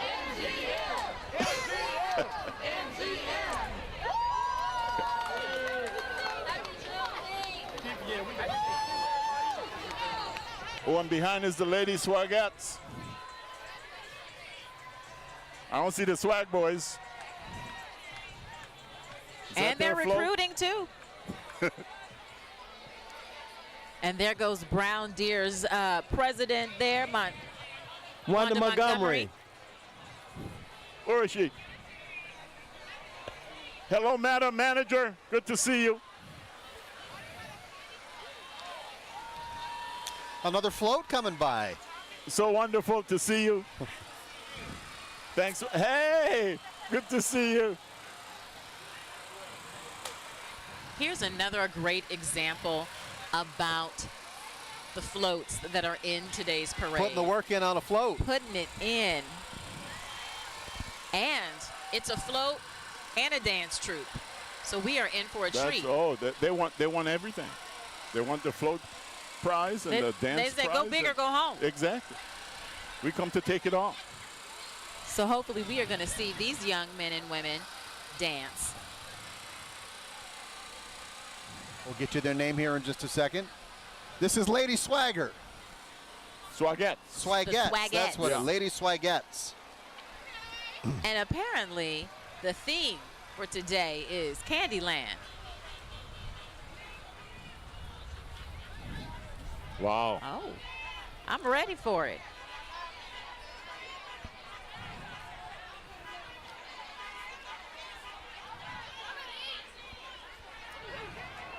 Let's see what the Swagettes have for us.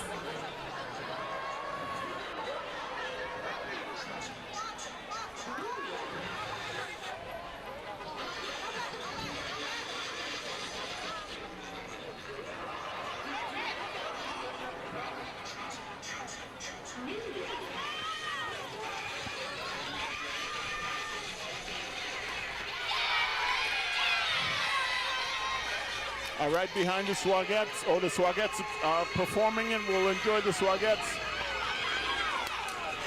Okay. Stable veterans. They're coming up next.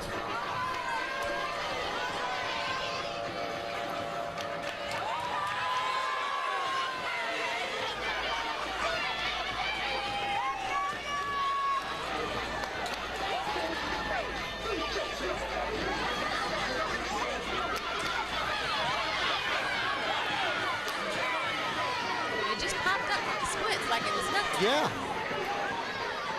We have a hard time rolling out of bed.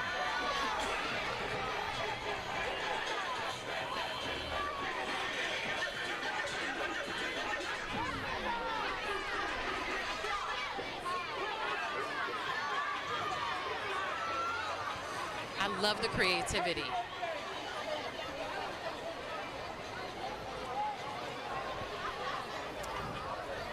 Next is Disabled Vets, Milwaukee Chapter 19. So good to see our veterans participating. And this year we have the Veteran Zone where people can get information, resources to help them out here along the parade route. Right, and they're going to be on the hill right by Rose Park Senior Citizen Center. Thank you. Tell me how that evolved, that the veterans became such a part of this year. I mean, we've had the kids zone, the teen zone. Now we have the veteran zone. Right, and the senior citizen zone this year also. So, and the organizing committee decided that we want to, start including everyone that's really important to us, that maybe someone hadn't really thought about. And the veterans mean so much to us. And so we needed to give them their recognition. And so this year, thought about it last year, but it came into being this year. And it's recognition, but it's also making sure they know the services that are available. Absolutely, absolutely, and that's what's going to be happening. And it's going back to the origins, right? I mean, those slaves were what, if not veterans? They're fighting in the war. Right, there were over 240,000 black Union soldiers. Once they found out they had been emancipated, because word of mouth got there really, really slow. So they joined the Union Army. Over 240,000 blacks joined the Union Army. Right. Going by another great mentoring group, Big Brothers, Big Sisters. Talk about getting the community involved. Oh. You become the big brother, the big sister to one of these young people, and you're able to expose them and give them access to so much more than what they need. And it's one of those groups that were involved in equity long before that word was common. Then, you'd see black men mentoring young white boys or Hispanic or the other way around, and it's a great example for what we should have become, which we are today. But what a great organization that is. Another great example of the float/dance team coming up on us right now. This is the Vertical Essence Dance Company. Their motto: making dance more than a freedom of expression.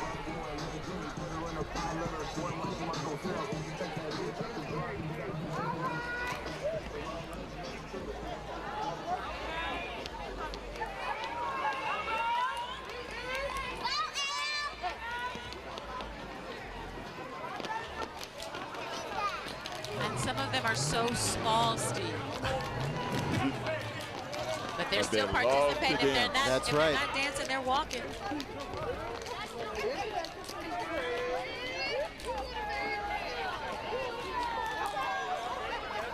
We were talking off the air about DNA a little bit this morning, dance and the movement of the body. If it's not in our DNA, I don't know what is. It's amazing how we know, nobody teaches us how to move. We just move. Now this next group that's coming up is the in-depth step team from Pius Catholic High School. Right. They don't need music because they're making music with their feet and their hands. Going back to a tradition that goes way back, stepping. Yes. Their motto is, in dance we step.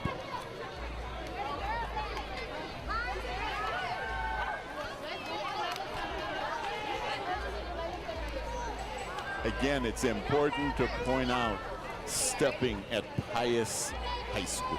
Right. Can you imagine? You know, it just shows how far our country just keep moving forward. I think we're about to get an example right here. And again, they don't need music. The beat is in their feet. They're making their own.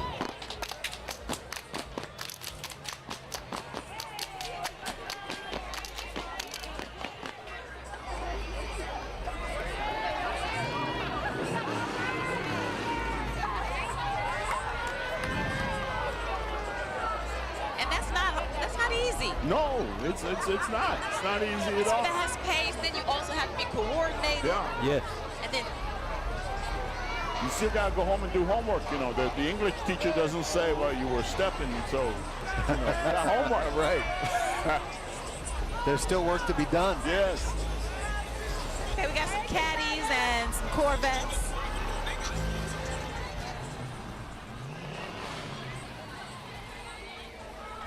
If you have a nice car, take it to the car wash on Sunday. Right.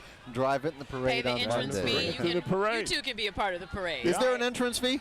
I think so this year. Yeah, this year it was. I think this was the first time ever. You know how you got a favorite child and you want to show off your child to people? You want to talk about how smart he is? That's your how car? these fellas feel about their cars. Their cars? They Or got the an opportunity. slingshots or the motorcycles. Yes. They got to bring it out. I need more than one car then to Oh, have a wait till favorite. you see this one. Rolling on some 22s coming up on us right here. Oh, look at Oh, deuce and some change, huh? But what's the name of those rims, Steve? I do not know. Boy, I hear that they're very, very special. Those are not just any kind of rims. And you don't want to hit a Milwaukee pothole when you're rolling on those rims. No. That'll shake your soul. Love that color. I bet you'd give you a ride if you wanted one, Mac. Yes. Okay.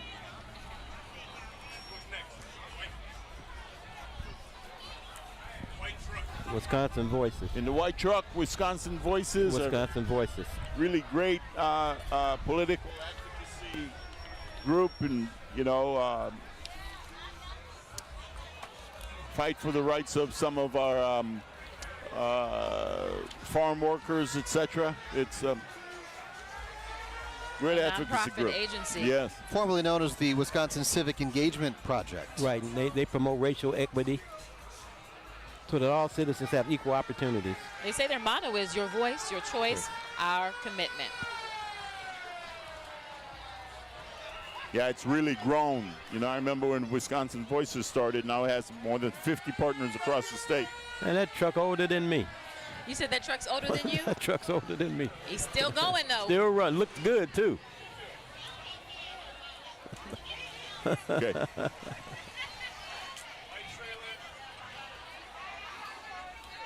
There's some great vintage cars coming out, participating in this one. Again, another advocacy group, Building Unity Wisconsin. On the democracy tour, they say. There's a little bit of everything and everyone in this parade, Mac. Yes, it is. I mean, it's just, like I said, it just has grown and grown and grown, and just excitement. And look at all the people that's out early this morning. In a little while, this will be covered with a sea of nothing but people. Mm-hmm. I've seen the video from years past. I've seen years past with my own eyes, and it's just heads as far as the eye can see. Right.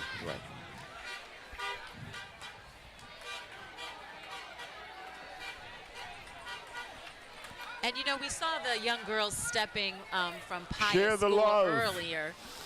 We're about to start seeing some of those sororities. Hello, share the love. Yes.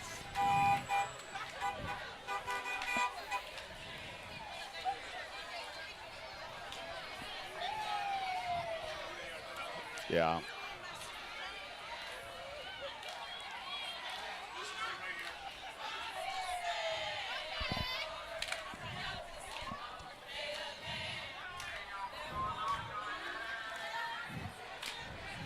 The Delta Sigma sorority.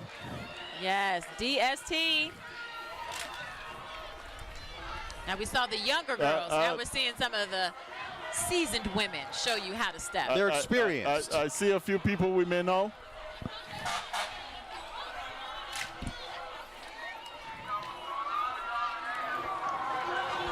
One of our former colleagues, Vivian King, out there stepping. I see Vivian.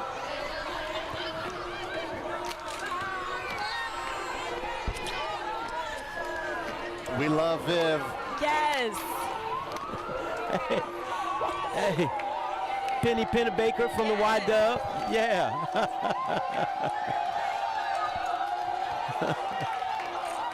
I said, you walking the whole way?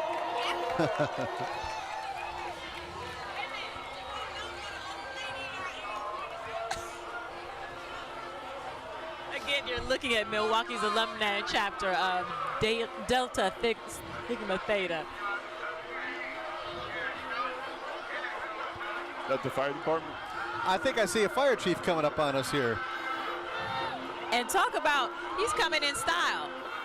Yes, Chief Lipsky. You know what? The chief is all in. He's really a good guy. Yes, and you know Yes, what? an excellent guy. And he can sing. I see you. I see you, He's Chief. driving his own truck. He is just full of energy. At Andre Lelis is a cage where teaching youth gardening. Right next to the fire department. Andre called him on Saturday, so he spoke to us. Oh, the Chief Lipsky is the real deal. But did you hear what he was playing as he was coming down? Fire. Sorry to everybody at home for that. And a number of the firefighters who make up our good men and women of the Milwaukee Fire That's Department. right. Oh, and here comes the trucks.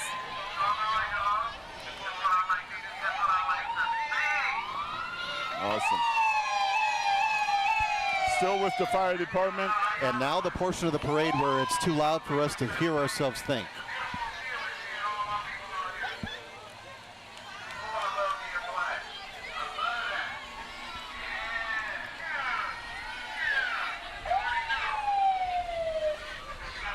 And if I give the fire department a little plug, what a great opportunity, I think, for young people that they normally don't consider as a career.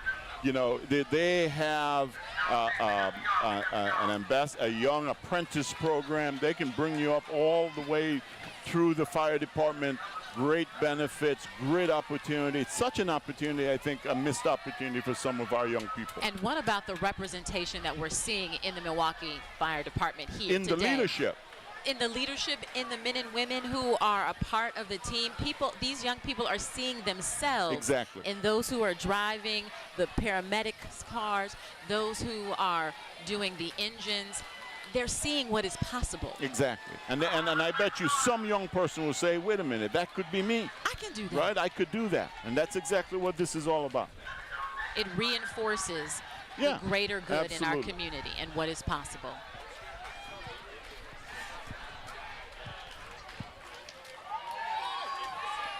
Feeding America. Feeding America doing so much good. Absolutely. I know we think about them during the holidays, during the Easter food drives, the Thanksgiving food drives, but they do good in our community every day of the year. Now, we were talking about sports and the importance of it. This is the Beckham Little League. This is I would say, the epitome of and sort of the poster child for some of the things we want to grow in our city. James Beckham closing in on 100. Yes. Still cuts the grass. Absolutely. My grandsons played in this league, and they're still playing. They started when they were 6 years old. They're now 15 and 17, and they're still playing baseball. And the motto, win or lose, I will always do my best. And they're playing every day, Monday through Friday, 6 o'clock in Beckham Park on West Brown Street. Yes. Ayers Senior Center, a great senior center down here at Clinton Rose Park. Mm-hmm. You know, the seniors there are monitored by Ayers. And again, we have the senior zone this year. Yeah. along the parade route. I like seeing the Heirs van because, you know, transportation for some of our seniors is a major challenge. You know, just to go get the groceries, to go to that doctor's appointment. And so to use the Heirs senior van, it's Lisa K Catering. Oh boy. You know, they started out, their kitchen was at Northcott Neighborhood House. And they were able to get grants and move out, winning awards, ceremonies, got their own facility, have their own facility now, Lisa K Catering. She also does a camp for yes, kids, and they do a culinary camp for kids. They did out of Northcott Neighborhood House. They were doing the camp. The connections you have with so many community members is amazing, Matt. Yeah, and Northwest what Catholic Northcott School has done over the years.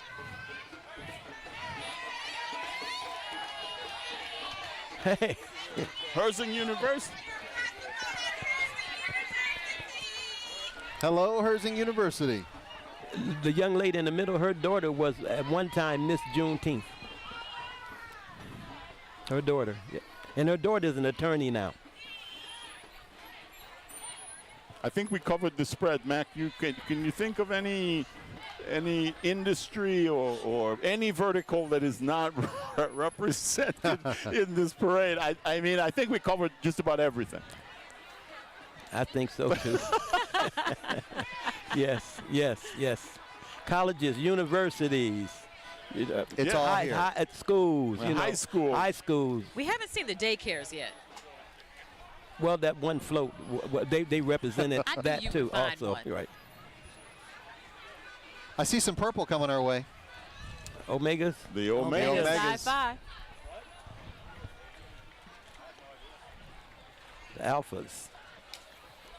We can't say the word Omega here at TMJ4 without thinking of our old friend Michael Green, who passed away a couple of years ago. He was very active with the Omegas here. And I was talking to a young lady that worked earlier when I was Shannon, when you walked up on me and I was sitting down. Yes. She had worked with Michael Green, the lady that I was sitting next to, and she had mentioned Michael, and I said, "Who, Green?" I said, "Yes." Oh, he was a beautiful guy, good guy, very well connected to the community. All right, we are going to step away for a quick commercial break here as the 52nd annual Milwaukee Juneteenth Parade continues. Our live coverage will be back right after this.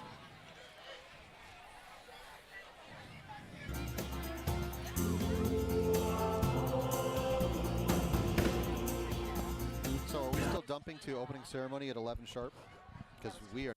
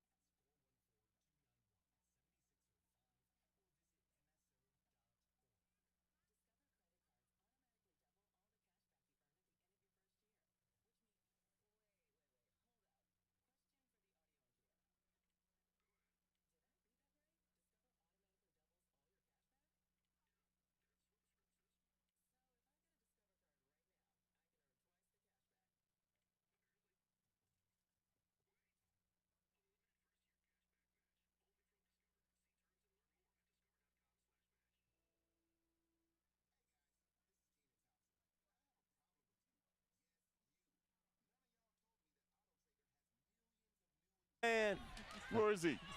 And right here. Welcome back to the coverage of Milwaukee's 52nd Juneteenth Day Parade.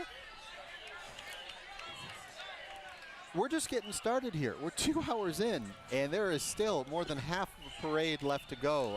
I was telling our friends Frank and Mac here who went to commercial break, the lineup, the schedule is merely a suggestion. Yeah, it's a suggestion. You know why? Because somebody called somebody an hour ago and said, hey, there's a parade.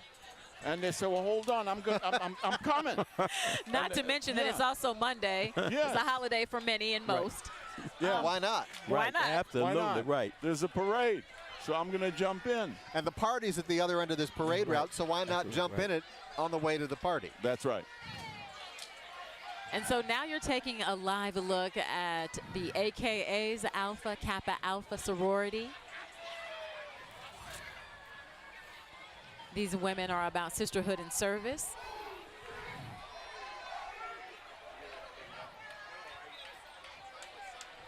I love the fact that they're all sort of together.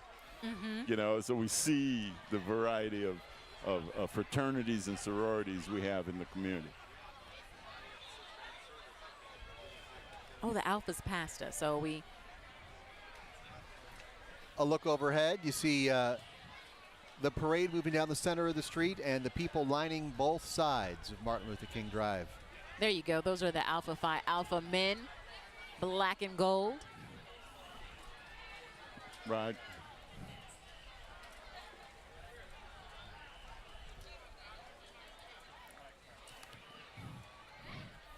Yes, Epsilon Kappa Omega.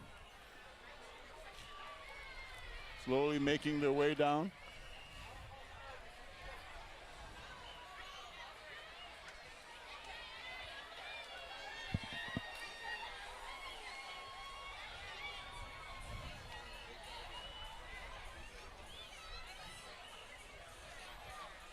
Did Andrea Williams run back to this group?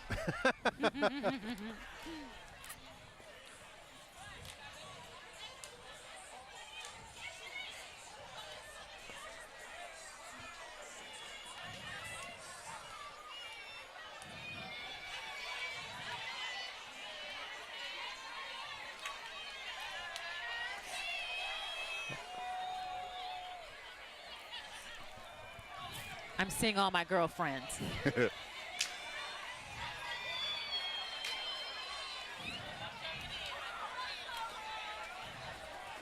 that's what this is all about. You see your friends, you see your family members, and if they're not friends or family, they will be by the end of the afternoon. Right, and you see people you hadn't seen in years. Already today, I've seen people I hadn't seen in years. This is a coming together celebration. None better. Yes. There is none better. Kappa Alpha Psi? No, this is Kappa Alpha. This is Alpha Kappa Alpha. Oh. Oh, on the screen. That's Kappa Alpha Psi right there coming at us. Oh, on the screen. Now we have the smooth men, as you said it earlier. Right, they're walking so cool, aren't they? The Noops.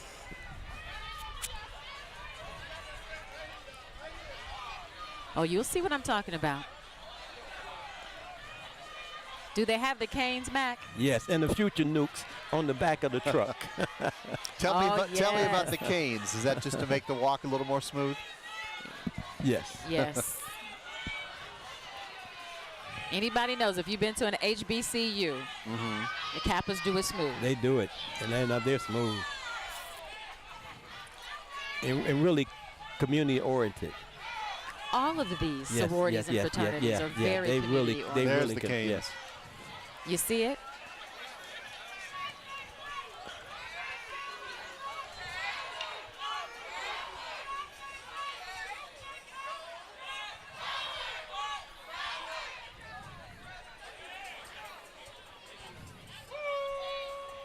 They're so cold you gotta stop. Just watch. Yes. Look, they so cool, I don't care how hot it is. When they walk down the street, the wind don't blow.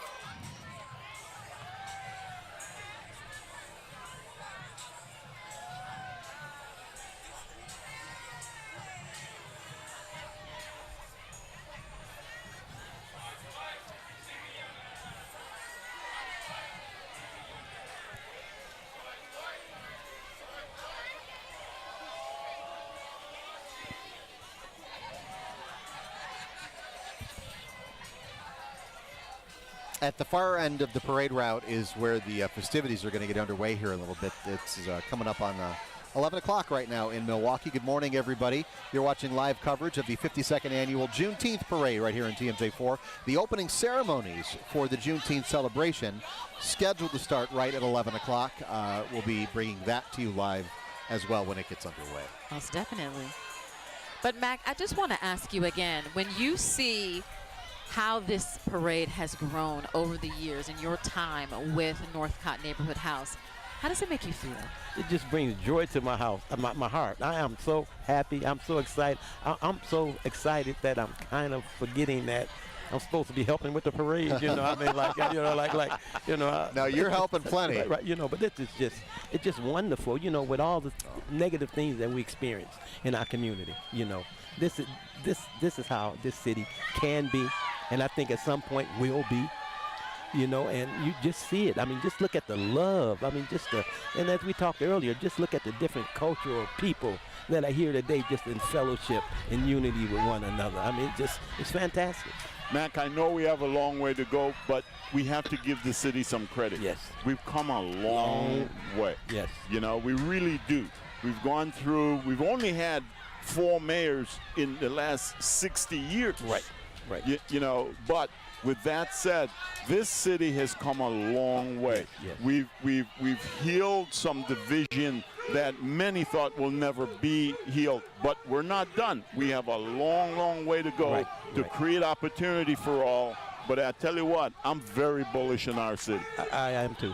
I believe in all of that. And what an inspiration a day like this is for so many people. Absolutely.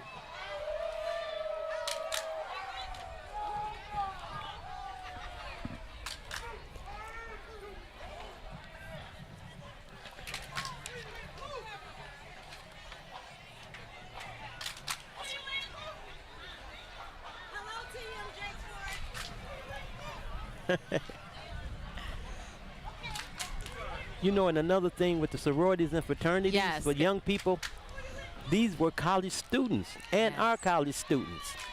Correct. The importance of sororities and fraternities is that they attended or graduated from major colleges and universities. And it's a lifelong relationship. It is a lifelong relationship for many of these people.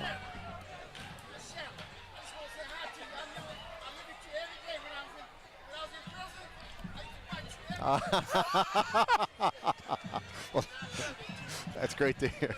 Well, Shannon's got fans all over. We hear you respond to that one. Okay, Shannon.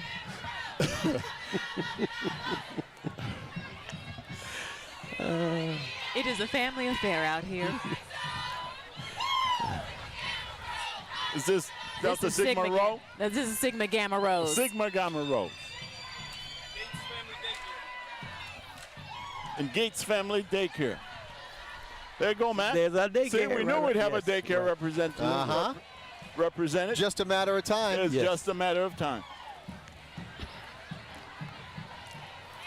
Hey, anybody wants to take a stab at how many people have gone by here in the last? We'll be closing in on 2. It's got to be a few thousand. I mean, in double digits. Participants and groups? Yes. At least 1,000. Oh, many thousands. I would say 10,000. Really? We can't. We've been doing this since 9 o'clock. But we can't see down there. But right now, that from Burleigh down is so congested because they work their way up, right? So I mean, you'd be surprised at how many people are down there. The crowd, you probably can hardly get through. Mac, you ask and you shall receive. As our drone is overhead right now, let us pull out and look south at that congestion at the sea. As the further you get, the more packed it gets. More packed it gets. Yes, and when we go to the opening ceremonies, we'll really get a good view of how many people are down there. I mean, just the happiness, just the thrill of people being out and enjoying themselves.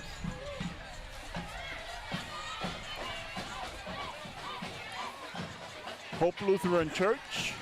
Now that church, the pastor of that church is Dennis Herman, and he's driving the truck, and he's on 35th and Highland, And Dennis was one of my kids that lived right around the corner from me on 10th and Locust way back in the day, and one of my kids at the Boys Club coming up. Wow. And that's the pastor of Hope Lutheran Church, Dennis Harmon, Reverend Dennis Harmon.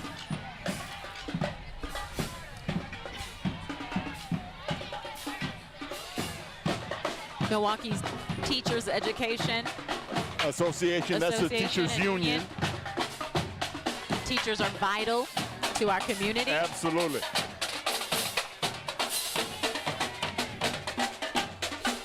Who's this drum line? Yes. Team Teal. Hey, Sammy.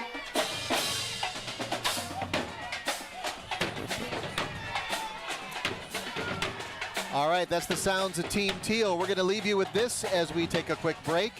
This is the 52nd annual Juneteenth parade on TMJ4. We'll be back after this. Hey, there's the congestion you spoke about. We'll take a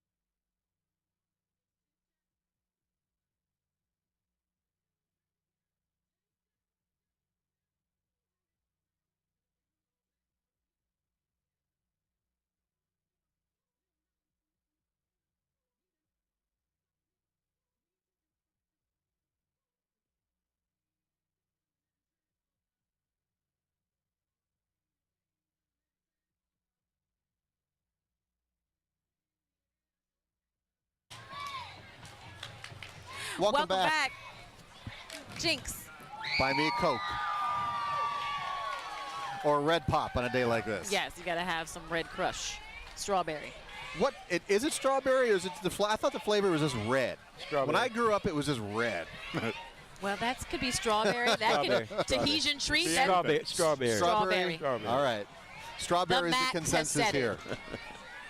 Welcome back, everybody. We're getting back to the 52nd annual Juneteenth parade in the city of Milwaukee. I am Steve Shamraz. She is Shannon Sims. They are Mac Weddle and Frank Cumberbatch. And we are all trying to keep a handle on the 52nd annual Juneteenth parade. 2 hours into it, and we still probably about have half of it to go. So many floats. So many entrances. So many dance troops. So many people participating in this wonderful Family Day event. It's just beautiful. Just the sight. You're almost speechless, Yes, Mac. the sight. Just looking at all the love and camaraderie that's taking place. You did this. That's correct. This is what it is today because of what you did decades ago. God has blessed us. It's been good. It's been good. Yeah. And again, that's what young people need to know. I know I keep beating that drum, but these things take steady hands. You don't happen in the first go around. And when you talk about steady hands, Tony Kearney, who took the reins from you, Yes. Mac Weddle, is at the podium right now for opening ceremonies, where you can see, as you spoke earlier, that's where it's at. That's And where it's at. what we're going to do, so we can bring you the opening ceremony and the parade at the same time, you're going to get a little split screen action here on your TVs at home. Let's listen in. Andrea Williams is the mistress of ceremonies this morning. Can we please give it up for Mr. Tony Kearney, who is the executive director of Northcott Neighborhood House, which has been behind this outstanding Milwaukee celebration for 52 years. That's something to be proud of. It is my pleasure to be the host of these opening ceremonies. Again, I am from TMJ4 News, and we are broadcasting live for the entire city to see. Indeed, this is a celebration. When we look at the history of Juneteenth and what it represents, you can see when you walk up King Drive, there is a sense of pride, and that is what this is all about, a celebration of freedom. What I'd like to do before we begin with today's ceremony, we have our libation, which we know, protocol, that comes before anything else. I'd like to bring the executive director from the Wisconsin Black Historical Society, Mr. Claiborne Benson, to do that. Thank you very much, everybody. Good to see you all, and it's a great honor to be here to do libation. I wanted to say to you, we asked a question at our dinner the other night was freedom free, freedom costs. And those brothers and sisters in the 150 years ago realized how important freedom was, and so that they stepped out and they 54th from Massachusetts. Wisconsin had the 29th F Company. We had 550 soldiers who said, if it's going to be free, we had to fight for freedom. They realized it was skin in the game. We all have to have skin in the game. Where is your skin in the game? Are you voting? Are you getting an education? Skin in the game is all of us have to have a vested interest in making that change, because it could be reversed. And so as I give this libation to you, remember we all have to fight for freedom every day. It is not guaranteed, and it's not going to happen just because we say we're entitled to be free. From the motherland, the cradle of civilization, Ashe. And you can say that with me if you would please. From the ancestors with their indomitable spirit that provides all things for us, I say Ashe. For the elder who provides much for us, I say Ashe. For the youth who represents the promise for tomorrow, I say Ashe. For the people, the original people, our African people, I say Ashe. For our struggle and remembrance of those who have struggled on our behalf, I say Ashe. For Umoja, the word unity sticks in with all of us. For our struggles, whether we agree or don't agree, I say Ashe. And for the Creator, He provides all things for us, great and small, I say Ashe. Thank you very much, everybody. Thank you. Thank you. Mr. Claiborne Benson, again with the Wisconsin Black Historical Society, and he is an outstanding historian that can tell you about anything that has happened in the city and across the state and a whole lot more. And may I please add that he was a photojournalist with TMJ4 for 39 years before retiring. So it's always good to see you. We'll now bring up Mr. Lamar Franklin for opening remarks. He represents the Northcott Neighborhood House Board as president. Lamar?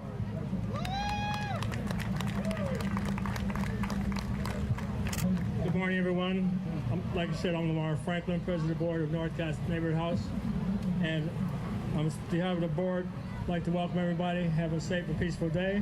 Northcott has been instrumental in having one of the longest running Juneteenth celebrations in the country. I had the privilege to be a part of the celebration for 51 years before becoming involved with Juneteenth Day. And I was an avid supporter for 51 years. On behalf of Northcott Neighborhood House, Board of Directors, staff, have a safe and peaceful day. Enjoy, support the vendors, and have fun. Thank you. Thank you, Lamar. And Lamar, of course, is a veteran. He's got on his Vietnam vet hat, and that reminds us today we do have several zones throughout the festivities. There is the veteran zone, the kids zone, the senior zone, and the teen zone. Something for everyone, for sure.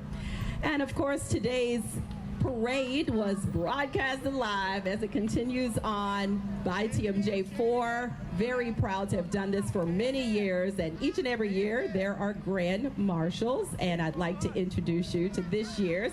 They both are dedicated to protecting and serving Milwaukee County as well as the city of Milwaukee. I'd like to bring up Milwaukee County Sheriff Danita Ball, as well as Milwaukee Police Chief Jeffrey Norman, your co-grand marshals this year.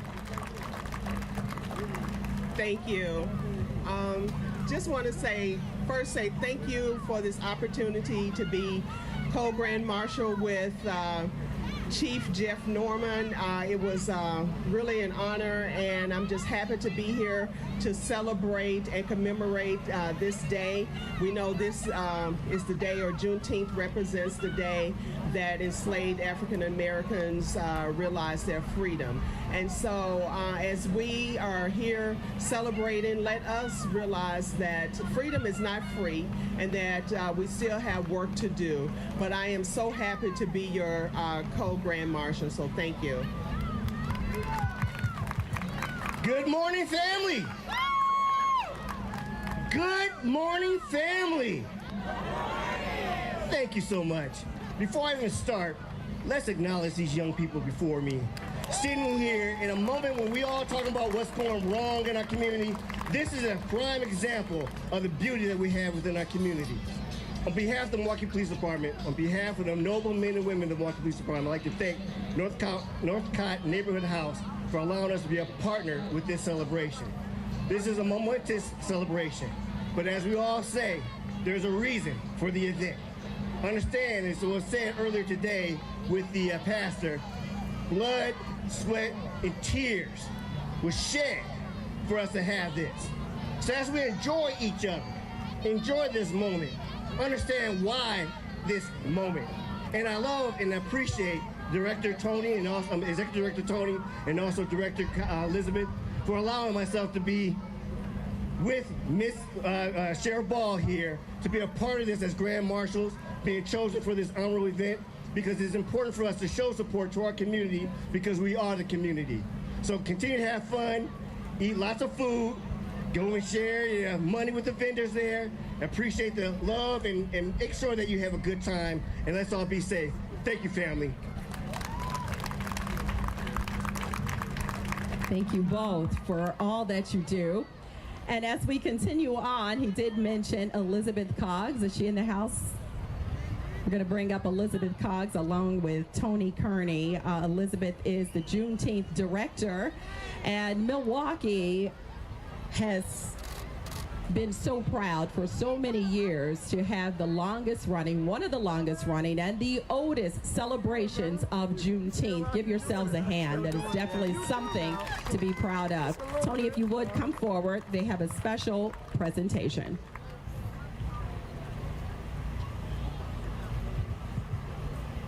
What about calling up?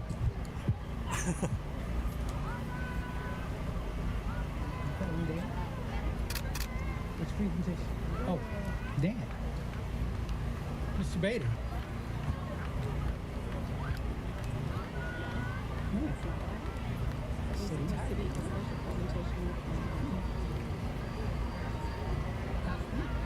Go ahead.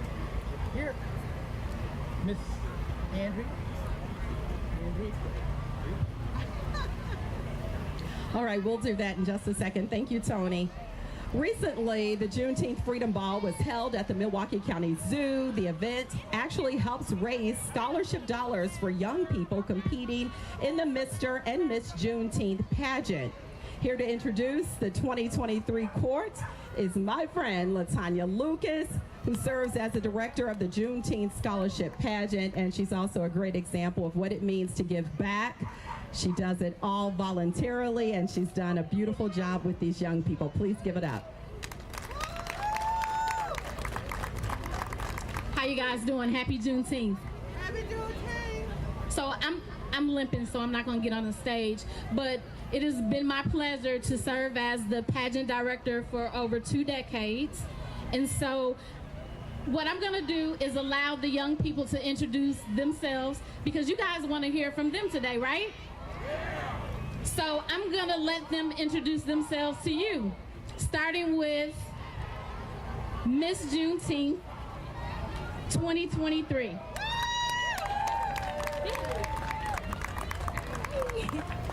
Hi everyone, happy Juneteenth Day.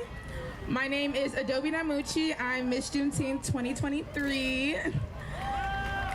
My hobbies include dancing, student government, and medical interning at the Medical College of Wisconsin. I am a recent graduate of the amazing Rufus King International Baccalaureate High School. And in the fall, I plan on attending the University of Wisconsin-Madison, majoring in global health on the pre-med track. My goal is to either be a psychiatrist or a neurosurgeon and further promote health equity and promotion in the city of Milwaukee, and I'm so glad to be here. Thank you.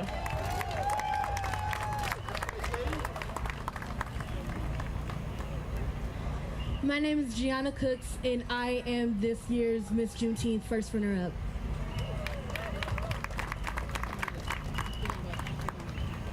Hello, my name is Gabrielle McKenzie, and I am this year's Miss Juneteenth second runner-up. Hello, my name is Trooper Owens, and I am this year's Miss Juneteenth third runner-up. And due to timing, I just have them kind of speed it up just a little bit. Hello, my name is Brianna Duke Clemens. I am 10 years old. I am in 4th grade at County Line Elementary School. Some of my hobbies include dancing, arts and crafts, and gymnastics, and I want to be an orthodontist when I grow up. Thank you. Hello, my name is Daniel McKenzie, and I placed first runner-up this year. Thank you. Hello, my name is Zari Green, and I place Little Miss Juneteenth second runner-up.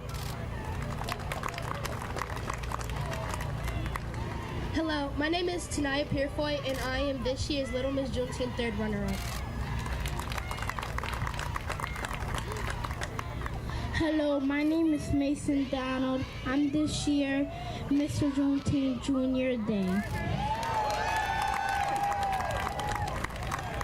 Hello, my name is Kimon Thomas, and I am this year's first runner-up of Juneteenth Day Junior. So this is our 2023 Juneteenth Day Court, and what you guys need to do is just continue to support the young people. We do this every year, and the young people just don't get enough support. So we want you to continue to support these young people. Come to Northcott Neighborhood House. There's something for them to do all the time. There's volunteer activities, but just support the young people.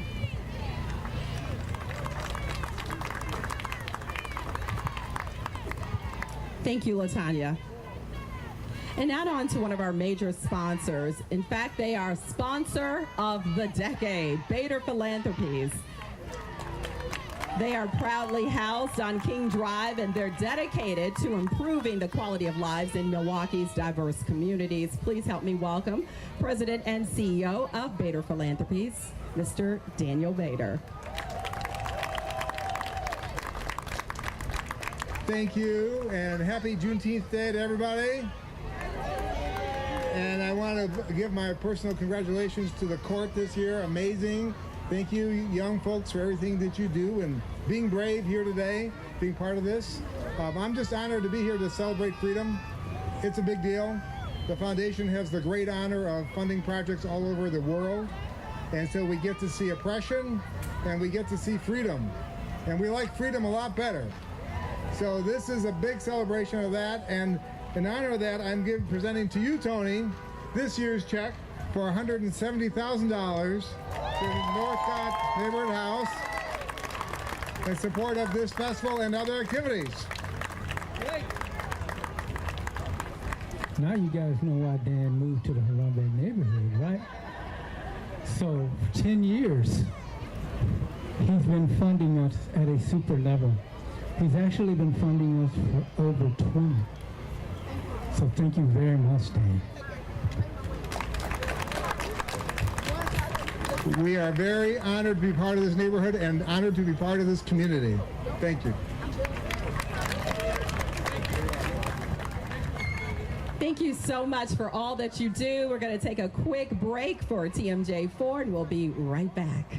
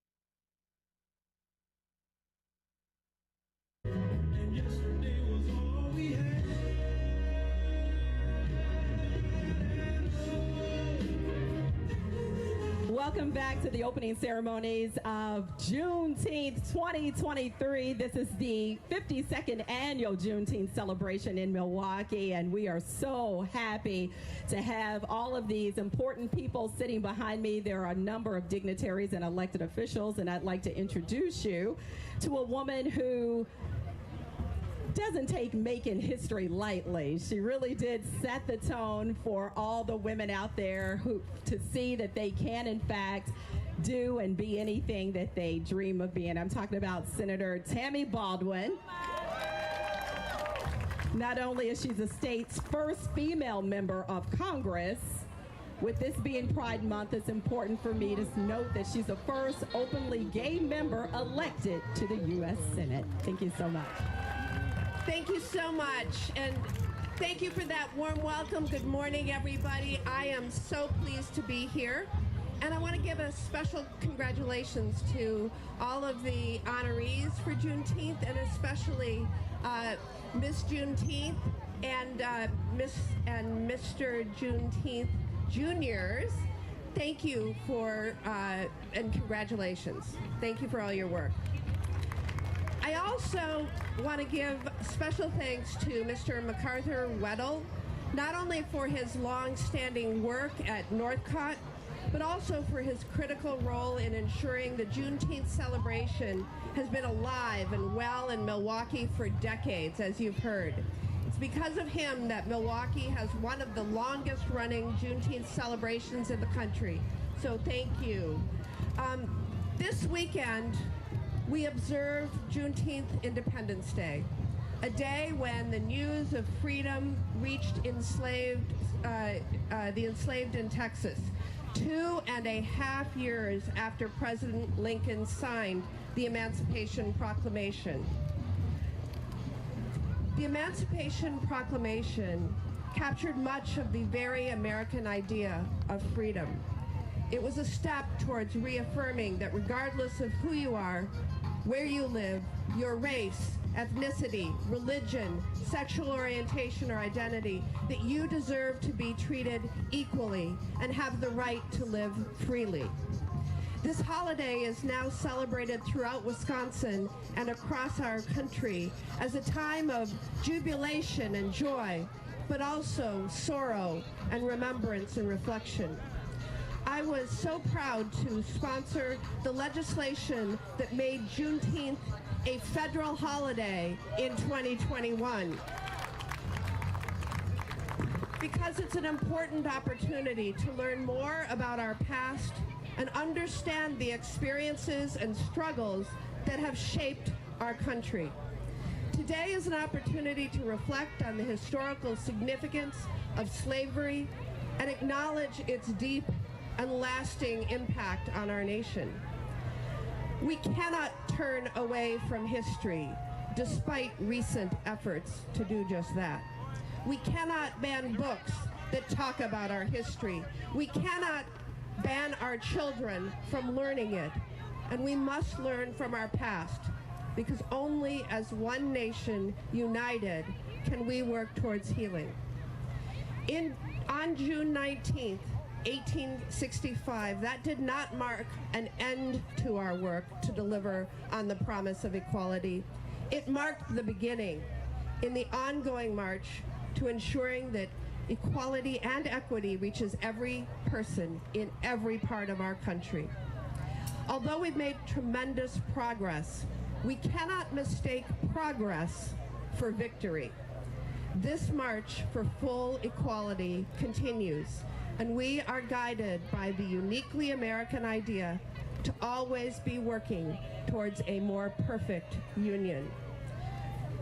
Today, we join together inspired by the giants whose shoulders we stand on, and we recommit ourselves to pass on to the next generation an America that is more equal, not less. Thank you for having me today, and happy Juneteenth, Milwaukee. Thank you so much, Senator. And that leads us to another young lady who is continuing to break glass ceilings for women. You know I'm talking about you, Congresswoman Gwen Moore, the first African-American elected to Congress from Wisconsin. Freedom! Well, I agree with our brother here that freedom ain't free.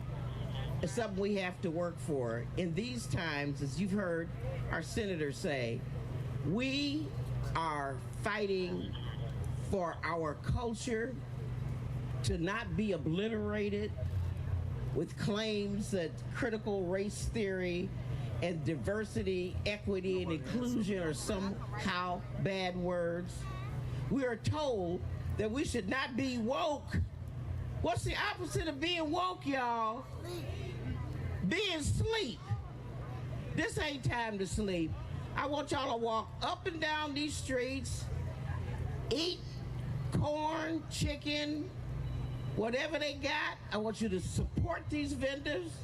And after that, I want you to remember that what these young people, there's a reason for this pageant, is because every generation of our people are going to have to struggle for freedom. There's so many things that at age 72 I thought we had won, that we had been victor over, that are now brewing up. Every generation, Miss Juneteenth, needs to understand that getting an education is something they can't take from you. Remember, Frederick Douglass became a danger when he learned how to read. Let's use the weapons of our ability to learn and to teach our kids and the strength of our culture to get us through. That's right, because everything is at peril, especially our voting rights. So every time it's time to vote, we need y'all to be out there at those polls. We love all of y'all. This is a day of jubilation. This is a day to celebrate our freedom, and the rest of it, we gotta work hard to keep. Thank you so very, very much.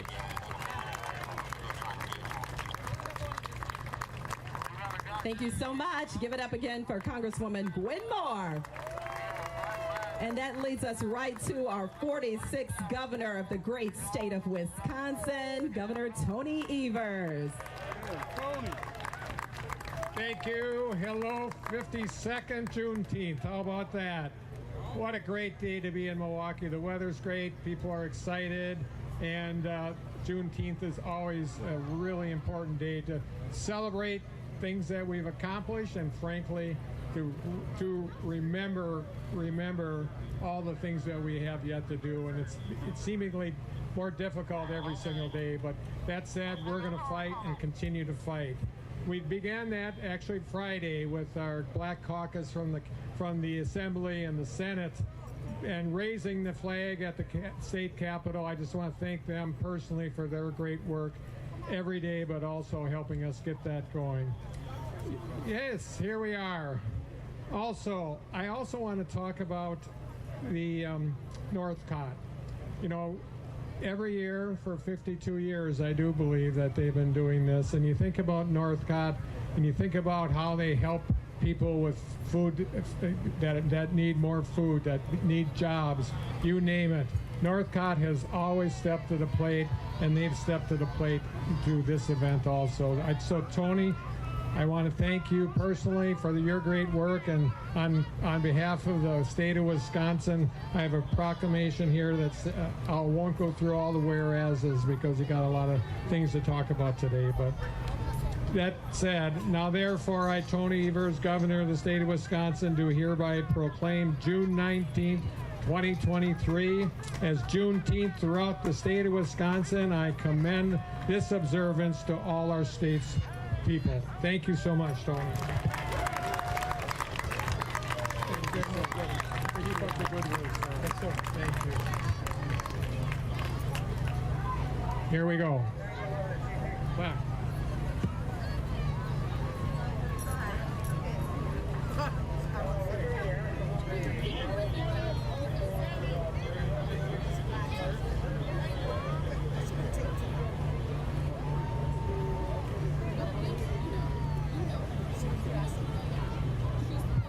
Okay. We want one vote for every picture.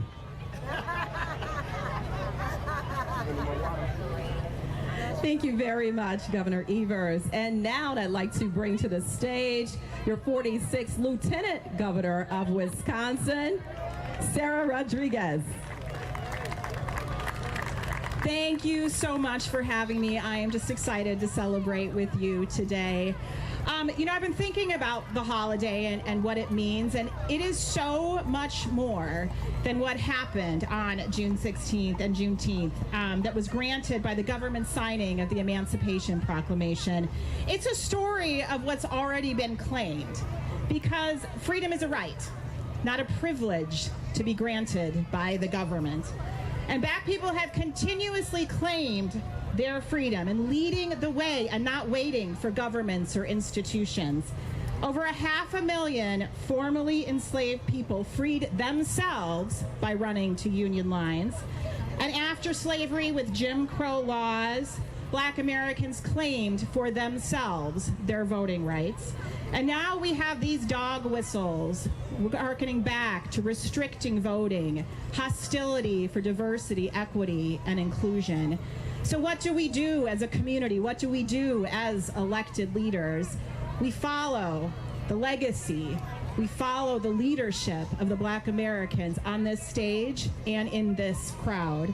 And we hold the line, and we claim progress, equity, and moving forward. Thank you for having me. Your Lieutenant Governor, Sarah Rodriguez. And I'd like to also introduce you to someone who was just appointed by Governor Evers this past March. Please welcome Wisconsin Secretary of State, Sarah Godlutsky. Thank you. Hello, Milwaukee! Happy Juneteenth! So I'm going to be really brief. You know, today we celebrate, we eat good food, we drink, we remember this day. But we also recognize that in the Constitution it says we the people. And we still have a long ways to go when it comes to equity. Wisconsin's the third worst state when it comes to Black home ownership. There are unimaginable barriers to Black communities with voting. And so while today we have a good time and we really enjoy and recognize the importance of today, tomorrow we fight. Because diversity, equity, inclusion matters. It matters to make sure we have a voice at the table and that we're truly able to be we the people that this country was founded in at the end of the day. So thank you so much for having me. Thanks for celebrating. And happy Juneteenth. Thank you, Secretary of State Godlutsky. And now I'd like to bring to the stage Kalen Haywood, the second state representative. He is going to introduce other representatives who are in attendance here today. Kalen? Thank you. Good afternoon. Good afternoon. Good afternoon. Happy Juneteenth. Come on, y'all. So I'm going to invite all my Democratic colleagues from the State Assembly and State Senate to come up with me. With me, I have our Wisconsin Legislative Black Caucus Chairwoman, Dora Drake. To my right is my colleague who I share our border districts with. So right now we are standing in the sensational 16th district, but across the street is the 10th. So this is Darren Master from the 10th. And then Representative Supreme Moore Mukunda.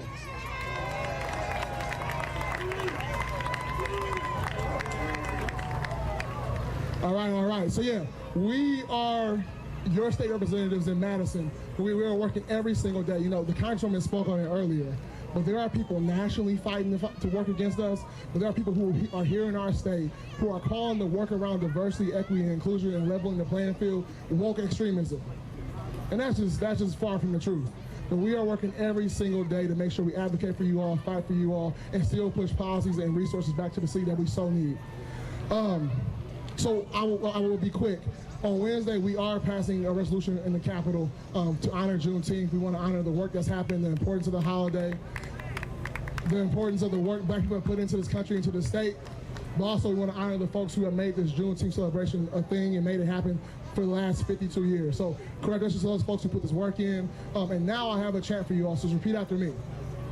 I will educate. I will fight. I will be engaged. I will vote. I will stay engaged. We will win. Thank you.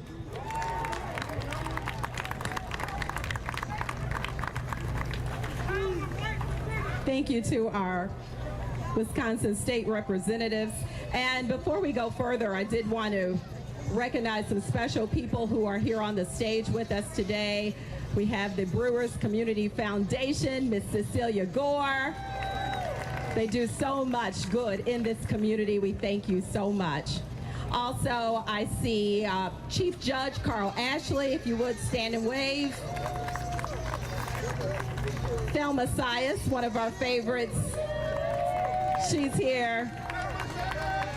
And I know you guys can give this man a nice jump in the stands type of welcome. Former Green Bay Packer Antonio Freeman, number 86, is in the house. So good to see you all. Thank you for being here. As we continue on, want to now bring to the stage Milwaukee County Executive David Crowley, who made history in 2020 by becoming the first African-American and youngest person ever elected as Milwaukee County Executive. Let's see what time it is. Good morning, everybody. Y'all doing all right? Man, y'all looking good out there. Happy Freedom Day, everyone. So I'm not going to hold y'all too long because I know that y'all want to really enjoy the festivities that are out here. Because when you think about Juneteenth, it's a time where we recognize our history. And this is the real history of the United States. But more importantly, when we think about Juneteenth, it's a time for folks who ain't never been down here on Martin Luther King Drive to come experience fellowship, to come experience some music and great company. So let's make sure that we take this moment and we bottle it up and show everybody how good we can party on this day. Because this is about showing folks that Milwaukee got it. Because I keep hearing everybody talk about, Milwaukee ain't got the largest one. We sure do got it. And if you ain't never been down here, I challenge anyone across this country to come celebrate with us. Because we got it all. And before I leave, I want to say thank you. Thank you to the people, but more importantly, thank you to the people I do this work with on an everyday basis. Behind me, I got Chairwoman Marcelia Nicholson. Just want to say thank you. Out there, I see board supervisors, can you wave your hand? Because this work that we're doing in Milwaukee County, we're not doing it alone, we're doing it in partnership. And we do it because you are holding us accountable every single day. So without further ado, happy Freedom Day, happy Juneteenth Day, everyone, and enjoy your afternoon. Thank you so much, Milwaukee County Executive David Crowley. And he is a proud product of Milwaukee's 53206 zip code. So many times you hear all the negative statistics, but he is an example that it's not where you come from. It really is what you know in your mind that you can do and you can be. And so everyone should be inspired by that alone. Speaking of zip code 53206, this young lady was raised there as well, and she is the first African-American chairwoman to serve in front of the Milwaukee County Supervisors, and I am happy to bring her to the stage right now, Miss Marcelia Nicholson. Thank you so much. Good morning. Can we give our county executive another round of applause? That's my partner in crime. Where you go? That's my partner in crime. Every year, this event gets bigger and bigger. I've been coming here since I was a little girl, and it gets bigger and bigger. That's thanks to all of you, so give yourselves a round of applause.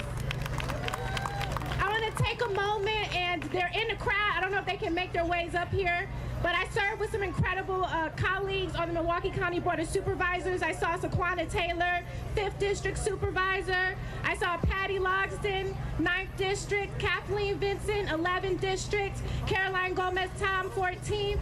We have Peter Bergelis from the 15th, and we have Priscilla Cox from the 13th, and Steve Taylor from the 17th District. Can we give them a round of applause, please? Since declaring racism a public health crisis in 2019, we on the County Board of Supervisors have been committed to making sure you have the services, the tools, and the resources our community needs to thrive. We are important, we are special, and we matter. And we want to make sure that we're leading with that lens on equity, so we're providing for you what you need, what is specific to our community, what you need to thrive. Our colleagues look different, right? We're all different. We come from different places. We believe in different things. But one thing we all believe in is advancing equity for every single person, regardless of where you come from, regardless of what you look like. And I want to leave with this. We are only as strong as our weakest link. So when we leave today, this celebration, let's remember to uplift one another, lean on one another, and make our community stronger every single day. Thank you all for being here today. Milwaukee, when I say June, you say teen. June, June. When I say June, you say teen. June, June. All right, I love y'all. All right, we just gotta leave y'all with one quote. Don't talk about the county people. When I say it, you repeat it back. It is our duty to fight for our freedom. Y'all ain't saying it like y'all meet them. It is our duty to fight for our freedom. It is our duty to win. We must love and support one another. We have nothing to lose but our chains. Thank you. Thank you to all of our Milwaukee County supervisors. We now would like to bring Milwaukee's Mayor, Cavalier Johnson, to the stage, another history maker. He became the first African-American elected mayor of Milwaukee and the second to serve, something you should be proud of, sir. Thank you. I am. You see this crowd out here today. Happy Juneteenth. Happy Juneteenth, everybody. You know what? This celebration, this is the true face of Milwaukee. Am I right? This is what Milwaukee is really all about. And this celebration, over the years, is growing bigger and bigger and bigger. The number of vendors keeps growing. The number of participants keeps on growing. The number of people coming down to celebrate and understand the history behind Juneteenth just keeps on growing. So it's incumbent upon all of us on this stage, and all of us who are enjoying the festivities today, to work to make sure that we continue to make sure that that education is out there for all to know, for all to appreciate, and for everybody to cherish. And I'm gonna practice being good, being brief, and being gone with a gift. So on behalf of the city of Milwaukee, you heard Andrea talk about the zones that are throughout Juneteenth today. And on behalf of the city of Milwaukee, we have sponsored the Kids Zone. So I'm gonna ask Tony Kearney to come up to the stage right quick. I'm gonna pass him a check from the city of Milwaukee sponsoring the Kids Zone here at Juneteenth for $25,000.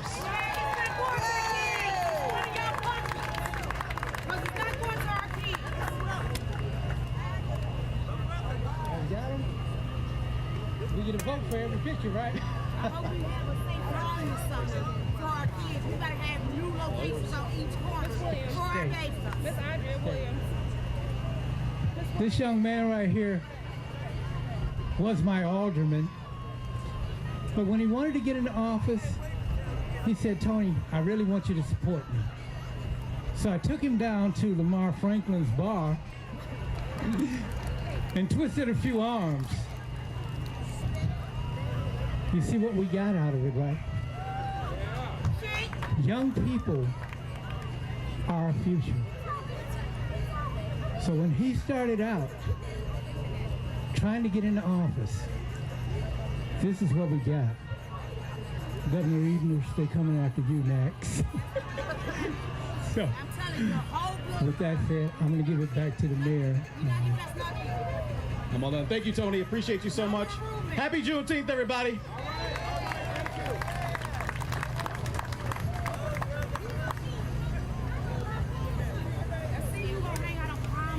Thank you so much, Mayor.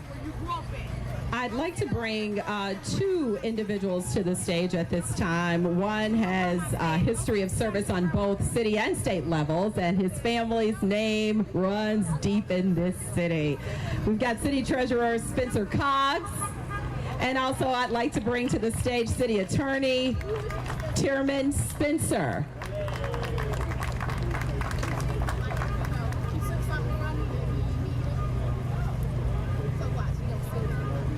It's befitting that I pass the mic over to Spencer. Because I'm the senior Spencer, I give it to the juniors. Thank you, sir. In the dojo, I would do this too. So, listen, I want to say thank you all for being here. And it's not just an honor, but a privilege to be among all of these firsts. And we didn't talk about the first black congresswoman, first treasurer, first black city attorney. So we didn't get here by accident. We got here because of you. So I'm going to continue to ask all our brothers and sisters, whether you're white, black, or whatever your race is, you stand in because you ask for the change, you vote for the change. Let's insist upon making Milwaukee what we want Milwaukee to be. And we can't do it unless we have your support, your continued support. So we're here, and we're going to continue to be here to be reelected. We want you to be there to speak our voice and let us know we are still fighting for the change that we set out for. So thank you all. Remember, all of us are first. Sometime or another, so are you. But our voice is your voice. What you want for Milwaukee is what we fight for. Let us continue to fight. Senior. Wait a minute, let's not let this slide by. This Spencer has just told you that he's the first black city attorney in the city of Milwaukee. Give that a round of applause. And this Spencer is the first black city treasurer of the city of Milwaukee. So we greet you. Look in front of me. You see the beauty of Milwaukee. Give this court a round of applause. Okay, now, this 52nd Juneteenth celebration is beautiful, and you all look beautiful. I was at the first one. I was about this big, no. But I remember the first, and the theme of this particular Juneteenth celebration is, I am Juneteenth. Say that. I am Juneteenth. Say it. I am Juneteenth. And that is right. All of these people you see in front of you are Juneteenth. And I want you to celebrate. I want you to have a great time. I want you to eat as much food as you want. I want you to vend with the vendors. I want you to eat with the eaters. And I want you to have a safe Juneteenth. So once again, say, I am Juneteenth. Say, I am Juneteenth. Say, I am Juneteenth. I am Juneteenth. Celebrate. Thank you. All kind of history sitting on this stage today. Would you agree? And with that said, I'd like to recognize another history maker, Alderman Sean Lowe, who's the first black alderman of Wauwatosa. Yes. And moving right along, I'd like to bring the alderwoman of this great district to the stage. Give her a warm welcome because she's got that last name Coggs that I said runs deep in this city, and you see it on this stage today. Alderwoman Malele A. Coggs. Good afternoon. We are here to celebrate the 52nd annual Juneteenth Day. I know we got more energy than that. Let's try it again. Good afternoon. Good afternoon. All right. Happy Juneteenth. I want to first say thank you to Northcott and all of the sponsors for making today possible.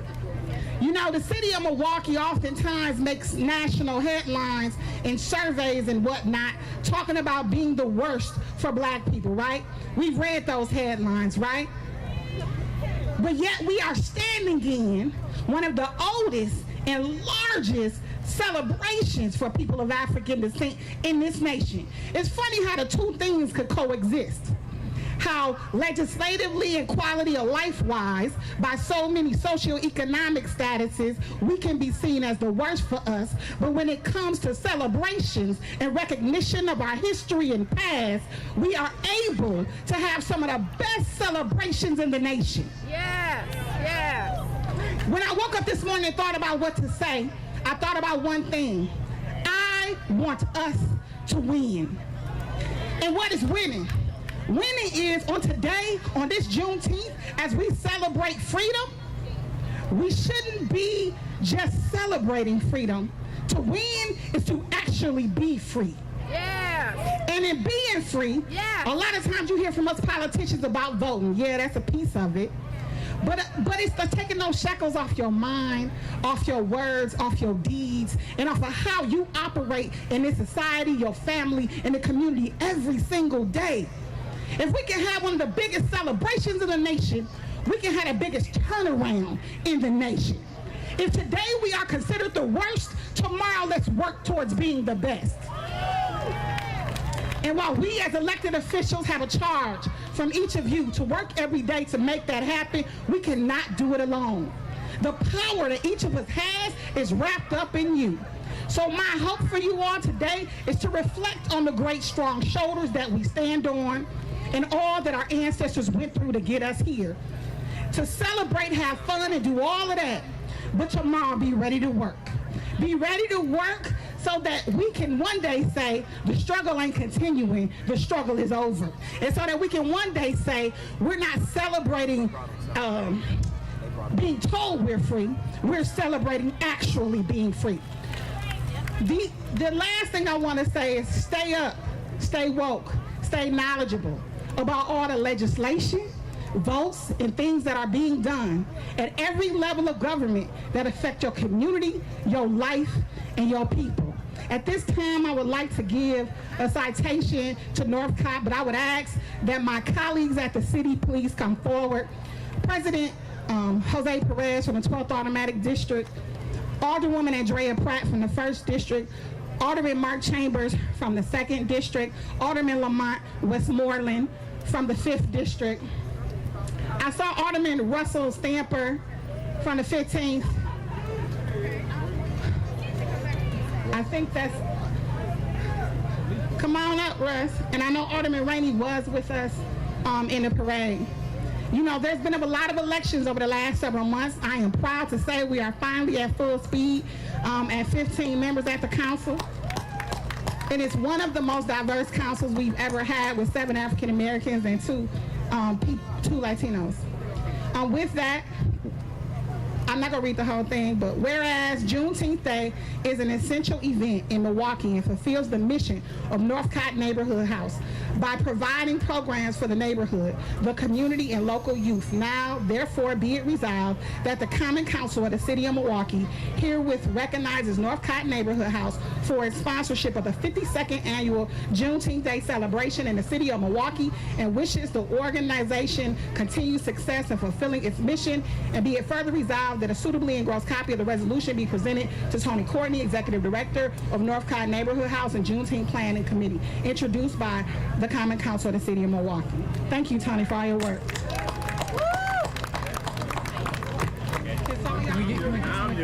Can some of y'all come on?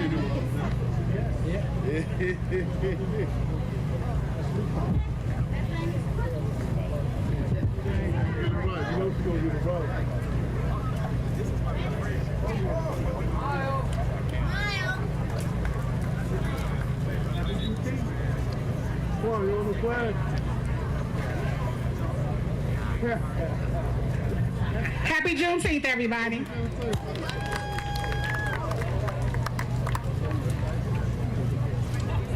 Thank you so much to our Milwaukee Common Council members. And as we wrap things up, wanted to bring back to the stage Mr. Tony Kearney, Executive Director of Northcott, as well as Juneteenth Director Elizabeth Coggs. There's that Coggs name again. And they have that special presentation for us. I am Juneteenth, everybody, and welcome. We are so honored to have everyone here with us. But we would like to take not only a moment, but just time to honor and bring forth our Grand Marshals, Milwaukee County Sheriff Danita Ball, and Milwaukee Police Chief Jeffrey Norman. Let's give them a round of applause. And as you see, they have started a new tradition with the Juneteenth stole. That's new for our Grand Marshals.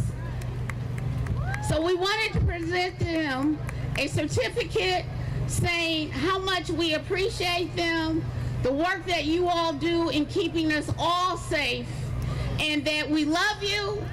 All right. And we see not just the police, but we see community. And that's what it's all about, because we're in this together. Let's give them a round of applause.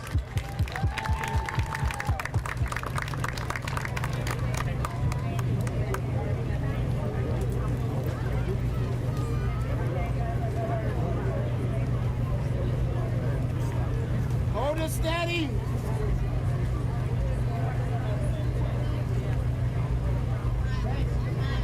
Would you all like to have a few words? Okay, I wasn't here. Thank you so much. And that is going to conclude our opening ceremonies as we kick off the 52nd annual Juneteenth celebration, one of the longest running and largest in the country. As you keep that in mind, please remember what today is all about, honoring our ancestors and freedom. Have a great day, and thank you for watching TMJ4 News. Have a great day, and thank you for watching TMJ4 News. Andrea Williams, thank you for handling the opening ceremony at the 52nd annual Juneteenth celebration in the city of Milwaukee. I'm Steve Shamraz with Shannon Sims, Frank Cumberbatch, Mac Weddle. We are at the tail end of this year's parade. And today has been a fantastic day and a great example of community. We just want to thank you for staying with us over the last few hours to enjoy what it is to be, and I am, Juneteenth. Frank and Mac, jump ball. What does it mean to you that after 52 years, this is what Juneteenth in Milwaukee looks like?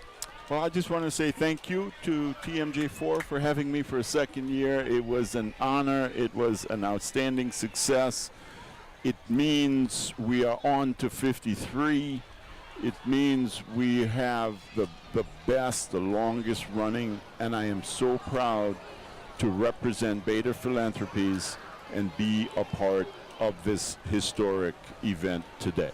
Thank you.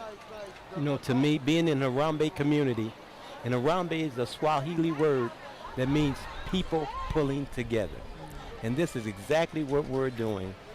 We're pulling ourselves together. Happy Juneteenth, everyone. You said it best. Happy Juneteenth, indeed. We're gonna stay with the parade coverage just a couple more minutes, eating into the first few minutes of TMJ4 News at noon. We want to give everybody who showed up and showed out today their chance to appear on camera, which is why during the opening ceremony we just pushed it down to the corner of the screen so you could still see everybody rolling on by. We got the Cowboys here. The Cowboys are always a part of the parade. Brew City Cowboys. Matt Kersey is the president of Brew City Cowboys. The Buffalo Soldiers. Buffalo Soldiers Black Cowboys. That's right. It's a great way to see the way this young man is handling this horse.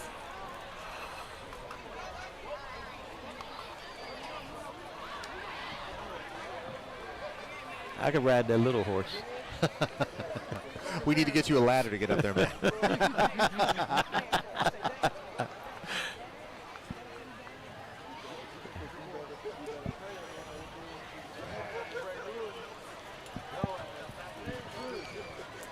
This is the part of the parade where people just kind of show up and jump in and tag on at the end because they know the party's at the end of the block.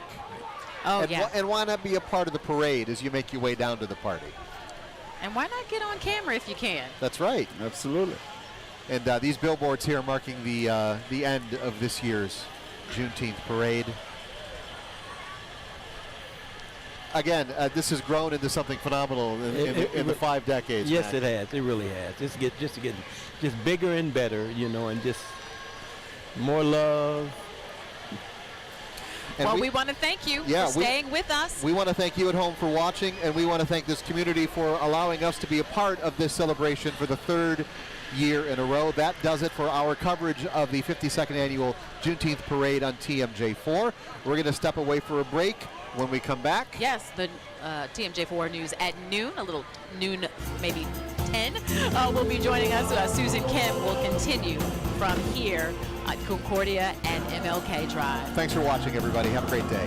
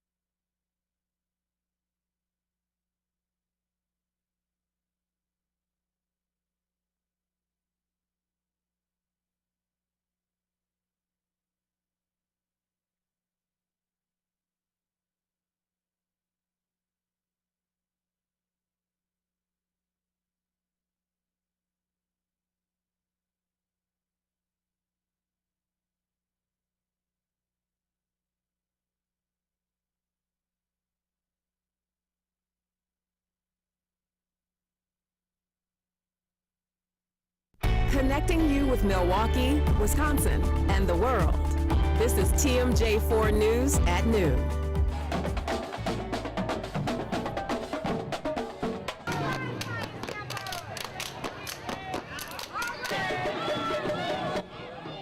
Right now at noon, I am Juneteenth. TMJ4's continuing coverage of Milwaukee's 52nd annual Juneteenth Day parade and celebration. Good afternoon. Welcome to TMJ4 News at noon. We hope you enjoyed our coverage of the 52nd annual Milwaukee Juneteenth parade. Susan Kim, part of our coverage this morning. She joined us now live from MLK and Concordia, where the festivities are still going on this afternoon. Hi, Susan. Hi, Hi, Tom. Yes, the festivities are still going on. So much energy and a lot of fun here on Martin Luther King Jr. Drive. And what a morning here as the city celebrated one of the oldest Juneteenth Day celebrations in the country. We cheered on some 125 floats, marching bands, and dance groups. Opening ceremonies started about an hour ago. So let's go live to our Andrea Williams, who emceed that event. Hi, Andrea. Well, we just wrapped up opening ceremonies and Juneteenth is officially underway. There's a lot of fun and excitement out here, as you can imagine. And one thing about it, there are a lot of people who are volunteering their time to help make today possible.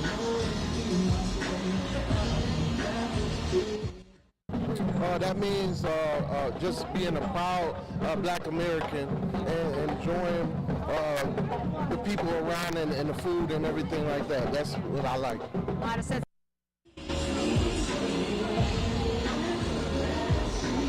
There are a lot of things to like about this celebration. When we talk about great food, it's here. When we talk about the small business owners with all of the great goods, they are here. And when we talk about good people, they are here as well. Keeping in mind that this year's theme is I Am Juneteenth. So that means every background, every nationality, we are all celebrating the end of slavery here in America. That's what Juneteenth is all about.